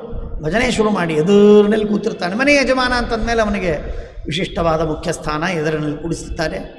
ಕೂಡಿಸಿ ಅವನ ಕುರಿತು ಉಪದೇಶ ಮಾಡುವಂತೆ ಹಾಡುಗಳನ್ನು ಶುರು ಮಾಡ್ತಾರೆ ಪ್ರಾಣೇಶದಾಸರು. ಆದದ್ದಾಯಿತು, ಇನ್ನಾದರೂ ಒಳ್ಳೆಯ ದಾರಿ ಹಿಡಿಯೋ ಪ್ರಾಣಿ ಅಂತ ಹೇಳಿ ದೊಡ್ಡ ಹಾಡು ಮಾಡಿ ಹಾಡಿತಾರೆ. ಭಾರೀ ಪರಿಣಾಮ ಮಾಡ್ತದೆ, ವಿಚಿತ್ರ ಪರಿಣಾಮ ಮಾಡ್ತದೆ. ಈಗೆಲ್ಲ ನಿಷ್ಠುರು ಮಾತಾಡಬಾರ್ದಪ್ಪ ಅಂತಂತಾರಂತೆ ಜಗನ್ನಾಥದಾಸರು. ಇಷ್ಟೆಲ್ಲ ನಿಷ್ಠುರು. ಅವನು ಯಜಮಾನ, ಏನಿದ್ದಾನೆ ಇರ್ತಾನೆ, ದೇವ್ರ ಇಚ್ಛೆ ಇದ್ದಾಗಿರ್ತಾನೆ. ಅವನು ಯಾಕೆ ನೀನು ಬೈಲಿಕ್ಕೆ ಹೋದೆ? ಇಲ್ಲ ಸ್ವಾಮಿ, ಬೋಧ ಆಗ್ಬೇಕು ಅವನಿಗೆ. ಅಷ್ಟೊತ್ತಿಗೆ ದಾಸಪ್ಪ ದಾಸ ಬಂದು ಶರಣಾಗತನಾಗಿ, ಸ್ವಾಮಿ ನಾನು ಉದ್ಧಾರ ಮಾಡಿರಿ, ನಾನು ಮಾಡಿದ್ದು ತಪ್ಪಾಯಿತು. ವೇಶ್ಯ ಮನೆಗೆ ಹೋಗಿ ಅವಳಿಗೆ ಹೇಳಿ ಬರ್ತಾನೆ, ಇನ್ನು ಮೇಲೆ ನಿನಗೂ ನನಗೂ ಸಂಬಂಧ ಇಲ್ಲ, ನಾನು ದಾಸನಾಗೋನಿದ್ದೀನಿ, ನಾನು ವಿಷ್ಣು ಭಕ್ತನಾಗ್ತೀನಿ, ನಾನು ಸಂಬಂಧ ಇಲ್ಲ. ಹೆಂಡತಿಗೆ ಏನು ಆನಂದ, ನನ್ನ ಗಂಡ ಉದ್ಧಾರವಾಯಿತು. ಬಂದು ಸಾಷ್ಟಾಂಗ ನಮಸ್ಕಾರ ಹಾಕಿ ಅವರ ಸ್ನಾನ ಮಾಡಿಕೊಂಡು ಬರ್ತಾನೆ. ಸ್ನಾನ ಮಾಡಿಕೊಂಡು ಬಂದು ಪ್ರಾಯಶ್ಚಿತ್ತವನ್ನು ಮಾಡಿ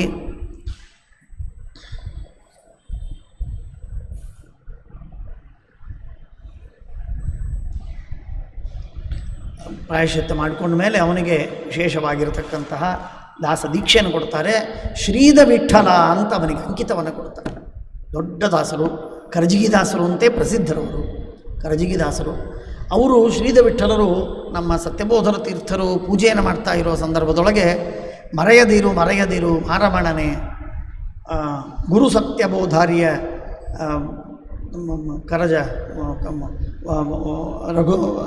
ರಘುರಾಮ ಅಂತ ಹೇಳಿ ಮೂಲರಾಮದೇವರ ಮೇಲೆ ಸತ್ಯಬೋಧ ತೀರ್ಥರ ಕಾಲದಲ್ಲಿ ಪೂಜೆ ಮಾಡ್ತಾ ಇರುವಾಗ ಶ್ರೀದ ವಿಠಲರು ಭಾರಿ ಉತ್ತಮವಾದಂತಹ ದೇವರ ನಾಮವನ್ನು ಮಾಡಿದ್ದು ಪ್ರಸಿದ್ಧವಿದೆ. ಅದು ಅಂತರ್ಥ ಶ್ರೀದ ವಿಠಲ ಅನೇಕ ಕೃತಿಗಳನ್ನು ಮಾಡಿದ್ದಾರೆ ಮಹಾನುಭಾವರು. ಶ್ರೀದ ವಿಠಲರು ದಾಸಪ್ಪ ದಾಸ ವೇಶ್ಯಾಸಂಗದಲ್ಲಿ ಕೊಳತು ಹೋದ ಮನುಷ್ಯ ಜಗನ್ನಾಥದಾಸರ ಅನುಗ್ರಹಕ್ಕೆ ಪಾತ್ರನಾಗಿ ಉದ್ಧಾರವಾಗಿ ದಾಸದೀಕ್ಷೆಯನ್ನು ಸ್ವೀಕಾರ ಮಾಡಿ ಶ್ರೀದ ವಿಠಲ ಅಂತ ಅಂಕಿತವನ್ನು ಪಡೆದು ಕರಜಿಗಿ ದಾಸರು ಅಂತ ಹೇಳಿ ಪ್ರಖ್ಯಾತರಾಗುವಂತೆ ಸಾಧಕನಾದರು. ಅಂತಂದರೆ ವಿಷ್ಣು ಭಕ್ತರ ದಾಸರ ತಪಸ್ಸು ಅವರ ಸಾಮರ್ಥ್ಯ ಎಷ್ಟಿರಬೇಕು ಅಂತ ಅನ್ನೋದು, ಭಕ್ತಿಯನ್ನು ದೇವರಲ್ಲಿ ಭಕ್ತಿ ಸಾಧನೆಯನ್ನು ಎಷ್ಟು ಮಾಡಿರ್ತಾರೆ ಅಂತ ಅನ್ನೋದು ಇದರಿಂದ ನಮಗೆ ಅರ್ಥವಾಗ್ತದೆ. ಅಂಥ ಮಹಾನುಭಾವರ ಅವರ ಅನುಗ್ರಹಕ್ಕೆ ಪಾತ್ರರಾಗಿ ಶ್ರೀದ ವಿಠಲ್ ಪ್ರಾಣೇಶದಾಸರು ಇದ್ದರು, ಶ್ರೀದ ವಿಠಲರು ಇದ್ದರು. ಹೀಗೆ ಅನೇಕ ದಾಸರ ಸಹಿತರಾಗಿ ಜಗನ್ನಾಥದಾಸರು ಆಮೇಲೆ ಮುಂದೆ ಬೇಲೂರಿಗೆ ಹೋಗ್ತಾರೆ, ಮೇಲುಕೋಟೆಗೆ ಹೋಗ್ತಾರೆ, ಶ್ರೀರಂಗಪಟ್ಟಣಕ್ಕೆ ಹೋಗ್ತಾರೆ. ಶ್ರೀರಂಗಪಟ್ಟಣದಲ್ಲಿ ಫೌಜ್ದಾರ್ ವೆಂಕಟಸುಬ್ಬಯ್ಯ ಅಂತ ಅವನ ಮನೆಯಲ್ಲಿ ಇಳ್ಕೋತಾರೆ. ಅವನು ಫೌಜ್ದಾರ, ಸಿಪಾಯಿ, ಈ ಪೊಲೀಸರ ಕೆಲಸವನ್ನು ಮಾಡತಕ್ಕಂತಹ ಮನುಷ್ಯ ಫೌಜ್ದಾರ. ಅವನ ಮನೆಯಲ್ಲಿ ಇಳ್ಕೋತಾರೆ.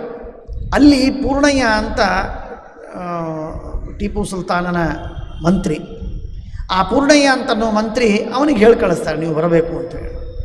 ಆಯಿತು ಅಂತ ಹೇಳಿ ಬರಬೇಕು ಅಂತ ಹೇಳಿ ಕಳಿಸಿದ್ರೆ ಅವರು ಕಾರ್ಯಕ್ರಮದೊಳಗೆ ತಮ್ಮ ಕೆಲಸದೊಳಗೆ ತಡವಾಗ್ತದೆ, ಬರಲಿಕ್ಕಾಗೋದಿಲ್ಲ. ಅವರು ಬರೋ ಅಷ್ಟೊತ್ತಿಗೆ ಇವರು ಭಜನೆ ಮಾಡಿ ದೇವರನ್ನು ಭುಜಂಗಿಸಿ ಸಾಯಂಕಾಲದ ಪೂಜೆ ಮುಗಿಸಿ ಭುಜಂಗಿಸಿ ಇವರು ಮಲಗಿಬಿಟ್ಟಿರ್ತಾರೆ. ಆ ವೆಂಕಟ ಸುಬ್ಬಯ್ಯನಾಕ ಬಂದು ಹೇಳ್ತಾನೆ ದಾಸರು ಬಂದಾರೆ ಹೇಳಬೇಕು, ಒಂದು ಹಾಡ್ರಿ. ಭಾಳ ದೊಡ್ಡ ದಾಸರು ಬಂದಾರಲ್ಲ, ಪೂರ್ಣಯ್ಯ ಬಂದಿದ್ದಾನೆ, ಮಂತ್ರಿ ಬಂದಿದ್ದಾನೆ, ದಯವಿಟ್ಟು ನೀವು ಎದ್ದು ಒಂದು ಹಾಡ್ರಿ. ಅವರು ಮಹಾನುಭಾವರು, ಭಾಳ ದೊಡ್ಡ ಅಧಿಕಾರಿಗಳು, ನಾನು ಭಾಳ ಸಣ್ಣವ, ನನ್ನ ಸಣ್ಣ ಅಧಿಕಾರಿಯ ಮನೆಗೆ ಆ ದೊಡ್ಡ ಮಂತ್ರಿಗಳು ಬಂದದ್ದೇ ನಮಗೆ ದೊಡ್ಡ ಸೌಭಾಗ್ಯದ ಪ್ರಸಂಗ. ನಿಮ್ಮ ಪರಿಚಯ ಅವರಿಗೆ ಆಗಬೇಕು ಅಂತ ನಮ್ಮ ಅಪೇಕ್ಷೆ ಇತ್ತು. ನೀವು ಮಲಗಿಬಿಟ್ರೆ ಹೇಗೆ ಹೇಳ್ರಿ. ನೋಡಪ್ಪ, ಒಂದು ಸಲ ದೇವರಿಗೆ ಮನಸ್ಸಿವಿ, ನಾನು ಹೇಳ್ಬೋದು, ಆದರೆ ದೇವರು ಹೇಳೋದಿಲ್ಲ, ದೇವರು ನೆಬಸೋದಿಲ್ಲ. ಇವತ್ತಾಗೋದಿಲ್ಲ, ಅವರು ಬೇಕಾಗಿದ್ದರೆ ನಾಳಿನ ದಿವಸ ಬರಲಿ, ಇವತ್ತೇನಾಗೋದಿಲ್ಲ. ಆಯಿತು ಅಂತೇಳಿ ಪೂರ್ಣಯ್ಯನವರು ಅತ್ಯಂತ ಗೌರವದಿಂದ, ಚಿಂತೆ ಇಲ್ಲ, ನಾನು ತಡ ಮಾಡಿದೆ, ಇನ್ನೊಮ್ಮೆ ನಾನು ಯಾವಾಗಾದರೂ ಬೇಗನೆ ಬಂದು ಅವರ ಹಾಡುಗಳನ್ನು ಕೇಳ್ತೇನೆ ಅಂತ ಹೇಳಿ ಹೋಗಿಬಿಟ್ರು. ಆಮೇಲೆ ಭೇಟಿ ಆಗಲೇ ಇಲ್ಲ. ಸ್ವಲ್ಪ ದಿವಸ ಇದ್ದರೂ ಅವ್ರಿಗೇನು ಬರಲಿಕ್ಕಾಗಲಿಲ್ಲ. ಇವರು ಉಡುಪಿಗೆ ಹೋಗಿಬಿಟ್ರು. ಉಡುಪಿಗೆ ಹೋದ ಮೇಲೆ ಅಲ್ಲೊಂದು ವಿಚಿತ್ರವಾಗ್ತದೆ. ಉಡುಪಿಯಲ್ಲಿ ಆಗ ಯಾವ್ಯಾವ ಸ್ವಾಮಿಗಳು ಇರ್ತಾರೆ ಗೊತ್ತಿಲ್ಲ, ಅಂತೂ ಆ ಎಲ್ಲ ಸ್ವಾಮಿಗಳ ವಿಶೇಷವಾಗಿ ಗೌರವ ಮರ್ಯಾದೆ ಇತ್ಯಾದಿಗಳೆಲ್ಲ ಆಗ್ತದೆ. ಕೃಷ್ಣನ ದರ್ಶನ, ಕೃಷ್ಣನ ಪೂಜೆ ಇತ್ಯಾದಿ, ಅಂದರೆ ದೇವರ ನಾಮಗಳನ್ನು ಹೇಳಿ ಎಲ್ಲ ಮಾಡಿ ಎಲ್ಲ ಮಾಡ್ತಾರೆ.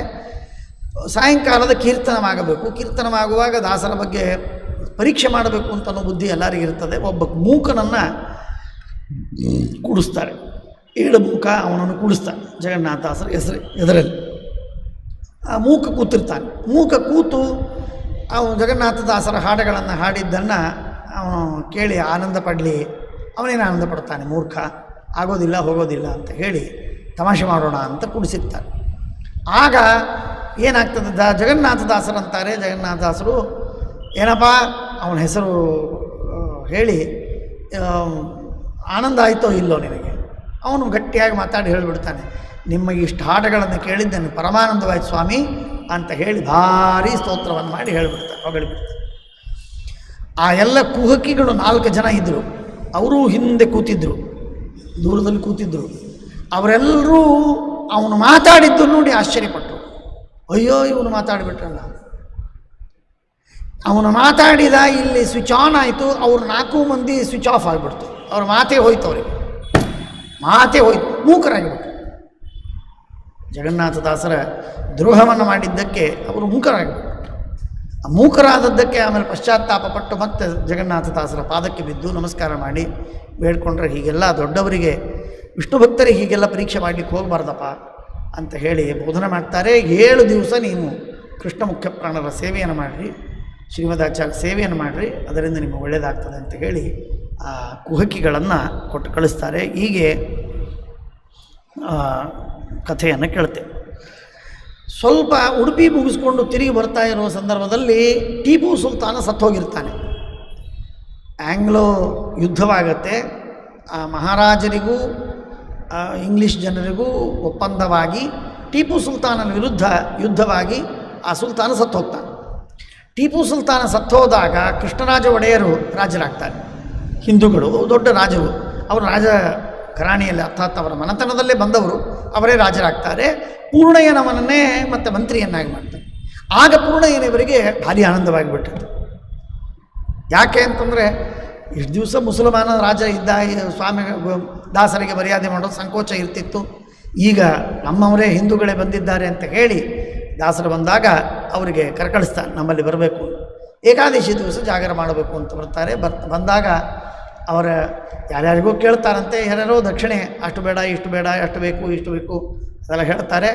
ಆದರೆ ಪೂರ್ಣಯ್ಯನವರು ಮಾತ್ರ ಅವರು ಬಂದಾಗ ಸಮೃದ್ಧವಾಗಿ ಬಂಗಾರದ ನಾಣ್ಯಗಳನ್ನು ಕೊಟ್ಟು ಶಾಲುಗಳನ್ನು ಹೊದಿಸಿ ಮರ್ಯಾದೆ ಮಾಡಿ ಅವರ ಜ್ಞಾನ, ಅವರ ಭಕ್ತಿ, ಅವರ ಕೌಶಲ, ಅವರ ಕಲೆ ಎಲ್ಲವನ್ನೂ ಮೆಚ್ಚಿಕೊಂಡು ವಿಶೇಷವಾಗಿ ಪುರಸ್ಕಾರವನ್ನು ಮಾಡಿ ಮೈಸೂರು ಅರಮನೆಯಲ್ಲಿ ವಿಶೇಷ ಲಕ್ಷ್ಮಮ್ಮಣಿ ಅಂತ ಹೇಳಿ ಆ ರಾಜನ ಹೆಂಡತಿ ಕಡೆಯಿಂದಲೂ ವಿಶೇಷವಾಗಿ ಸತ್ಕಾರವನ್ನು ಮಾಡಿಸ್ತಾರೆ. ರಾಜನ ಹೆಂಡತಿ, ರಾಜನ ಮಂತ್ರಿ, ಈ 3 ಸಂಪರ್ಕವಾದದ್ದರಿಂದ ಜಗನ್ನಾಥದಾಸರು ಒಂದು ಮಾತು ಹೇಳ್ತಾರೆ, ಇಷ್ಟೆಲ್ಲ ಮಾಡ್ತೀರಿ, ಭಗವಂತನ ವಿಶೇಷವಾದ ಆರಾಧನೆಯನ್ನು ಮಾಡಿ ನೀವು ಪ್ರತಿನಿತ್ಯವೂ ಪ್ರತಿ ಏಕಾದಶಿಯೂ ಭಜನೆ ಮಾಡಬೇಕು ನೀವು. ಆಯಿತು ಅಂತ ಹೇಳಿ ತಾವೇ ಕೂತು ಭಜನೆಯನ್ನು ಮಾಡಿಸಿ ಭಜನೆಯ ಕ್ರಮವನ್ನು ಹಾಕಿಕೊಡ್ತಾರೆ. ಸತತವಾಗಿ ಭಜನೆ ಆಗಬೇಕು ಮೈಸೂರು ಅರಮನೆಯಲ್ಲಿ, ಅದರಿಂದ ಮಂಗಲವಾಗ್ತದೆ ಅಂತ ಹೇಳಿ ಆ ಭಜನೆಯನ್ನು ಮಾಡಿಸುವ ಕ್ರಮವನ್ನು, ವಿಧಾನವನ್ನು ಆರಂಭ ಮಾಡಿಸಿ ಅವರಿಗೆ ಆಶೀರ್ವಾದವನ್ನು ಮಾಡ್ತಾರೆ ಅಂತ ಅನ್ನೋದಾಗಿ ನಾವು ಕೇಳ್ತೇವೆ. ಆ ಲಕ್ಷ್ಮಮ್ಮಣಿ ಈ ದಾಸರಿಗೆ ಒಂದು ಮೇಣೆಯನ್ನು ಕೊಡ್ತಾಳೆ. ಆ ಮೇಣೆಯಲ್ಲಿ ಕೂತು ದಾಸರು, ಶಿಷ್ಯರು ಆ ದಾಸರನ್ನು, ಜಗನ್ನಾಥ ದಾಸರನ್ನು ಮೇಣೆಯಲ್ಲಿ ಕರ್ಕೊಂಡು ಮಾನ್ವಿಗೆ ಬರ್ತಾರೆ. ಇಂದಿಗೂ ಅಲ್ಲಿದೆ ಅಂತಂತಾರೆ, ನಾನೇನು ನೋಡಿಲ್ಲ, ಅಲ್ಲಿದೆ ಅಂತ ಹೇಳ್ತಾರೆ. ಆ ರೀತಿಯಾಗಿ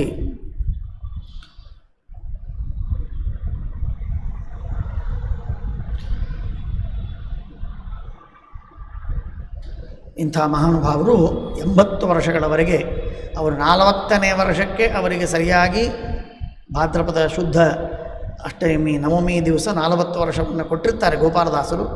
ಹಾಗಾಗಿ ಮುಂದೆ ಭಾದ್ರಪದ ಶುದ್ಧ ನವಮಿಯವರೆಗೆ ಅವರು ಬದುಕಿ ಕೊನೇ ಹಂತದಲ್ಲಿ ಹೆಚ್ಚು ಕಡಿಮೆ 82-83 ವರ್ಷಗಳವರೆಗೆ ಬದುಕ್ತಾರೆ ಅಂತ ತೋರ್ತದೆ. ಆ ಕೊನೆ ಸಂದರ್ಭದಲ್ಲಿ ಹರಿಕಥಾಮೃತ ಸಾರವನ್ನು ಮಾಡಿದ್ದಾರೆ. ಅತ್ಯಂತ ಪಕ್ವವಾದಂತಹ ಗ್ರಂಥ, ಶ್ರೇಷ್ಠವಾದ ಗ್ರಂಥ. ಏನು ಭಗವಂತನ ಭಕ್ತಿ ಅಂತಂದರೆ ಆ ಹರಿಕಥಾಮೃತ ಸಾರದಲ್ಲಿ ಓತಪ್ರೋತ ಪ್ರತಿ ಪದದಲ್ಲೂ ವಿಷ್ಣು ಭಕ್ತಿ, ಧರ್ಮದೀಕ್ಷೆ, ಮಧ್ವಶಾಸ್ತ್ರದಲ್ಲಿ ನಿಷ್ಠೆ, ವೈರಾಗ್ಯ, ಪಾರತಂತ್ರ್ಯ ಬುದ್ಧಿ, ಭಗವಂತನ ಸ್ವಾತಂತ್ರ್ಯ, ನಾವೇನೂ ಅಲ್ಲ, ಪೂರ್ಣ ಭರವಸೆಯಿಂದ ಪರಮಾತ್ಮನ ಅನುಗ್ರಹದಿಂದ ನಾವು ಬದುಕಬೇಕು. ಈ ಸಂದೇಶಗಳೇನಿವೆಯಲ್ಲ ಎಷ್ಟು ಸ್ಫುಟವಾಗಿವೆ ಅಂದರೆ ಜಗನ್ನಾಥದಾಸರ ಹರಿಕಥಾಮೃತ ಸಾರದಲ್ಲಿ ಪ್ರತಿ ಪದವೂ ಅದನ್ನು ಘೋಷಣೆ ಮಾಡುವಂತೆ ಹೇಳ್ತಾರೆ. ಅಷ್ಟು ಅದ್ಭುತವಾಗಿ, ಭಾರಿ ಸುಂದರವಾಗಿರುವಂತಹ ಜಗನ್ನಾಥದಾಸರ ವಾಕ್ಸರಣಿ ಅಂತಂದರೆ ಅತ್ಯಂತ ಗಂಭೀರವಾದದ್ದು, ಅತ್ಯಂತ ರಭಸಯುತವಾದದ್ದು. ಚೋಸನ್ ವರ್ಡ್ಸ್, ಒಂದೊಂದು ಆರಿಸಿದ ಶಬ್ದಗಳು, ಸುಮ್ಮನೆ ಹಗುರಾದ ಶಬ್ದಗಳಲ್ಲ, ಆರಿಸಿದ ಶಬ್ದ, ಬೆಲೆ ಬಾಳುವ ಶಬ್ದ. ಪ್ರತಿಯೊಂದು ಶಬ್ದಕ್ಕೂ ಮಹತ್ವ ಇದೆ.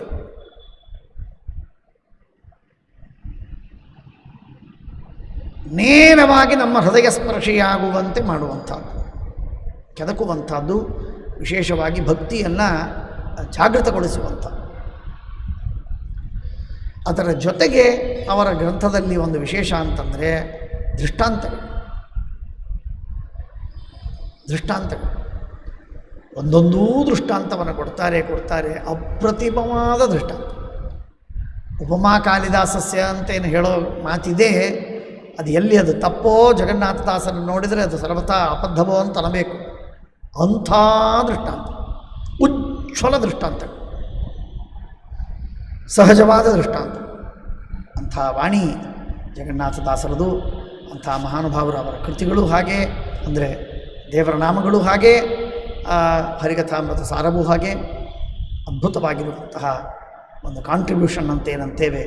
ಇದು ನಮ್ಮ ಮಾಧ್ವ ಸಮಾಜಕ್ಕೆ ಮನೆ ಮನೆಗೆ ಪ್ರತಿಯೊಬ್ಬರ ಮನಸ್ಸಿಗೆ ತಟ್ಟುವಂತೆ ಭಗವಂತನ ವಿಶೇಷವಾದಂತಹ ಮಹಾಮಹಿಮೆ, ಶ್ರೀಮದಾಚಾರ್ಯ ಸಿದ್ಧಾಂತ, ವೈರಾಗ್ಯ, ಧರ್ಮನಿಷ್ಠೆ ಹಾಗೂ ಜೀವನ ಪಾರತಂತ್ರ್ಯಾದಿಗಳ ವಿಶೇಷವಾದ ಅರಿವು, ಎಚ್ಚರ ಇವುಗಳನ್ನು ಕೊಟ್ಟು ಸಾಧನ ಮಾರ್ಗದಲ್ಲಿ ಛಡಿ ಹಿಡಿದು ನಮಗೆ ಎಚ್ಚರ ಕೊಡಿಸಿ ಮುನ್ನಡೆಸುವಂತಹ ಅವರ ವಾಕ್ಸರಣಿ, ಅದಕ್ಕೆ ಸಾಷ್ಟಾಂಗ ನಮಸ್ಕಾರಗಳನ್ನು ಕೋಟಿಶಃ ಸಮರ್ಪಣೆ ಮಾಡೋಣ.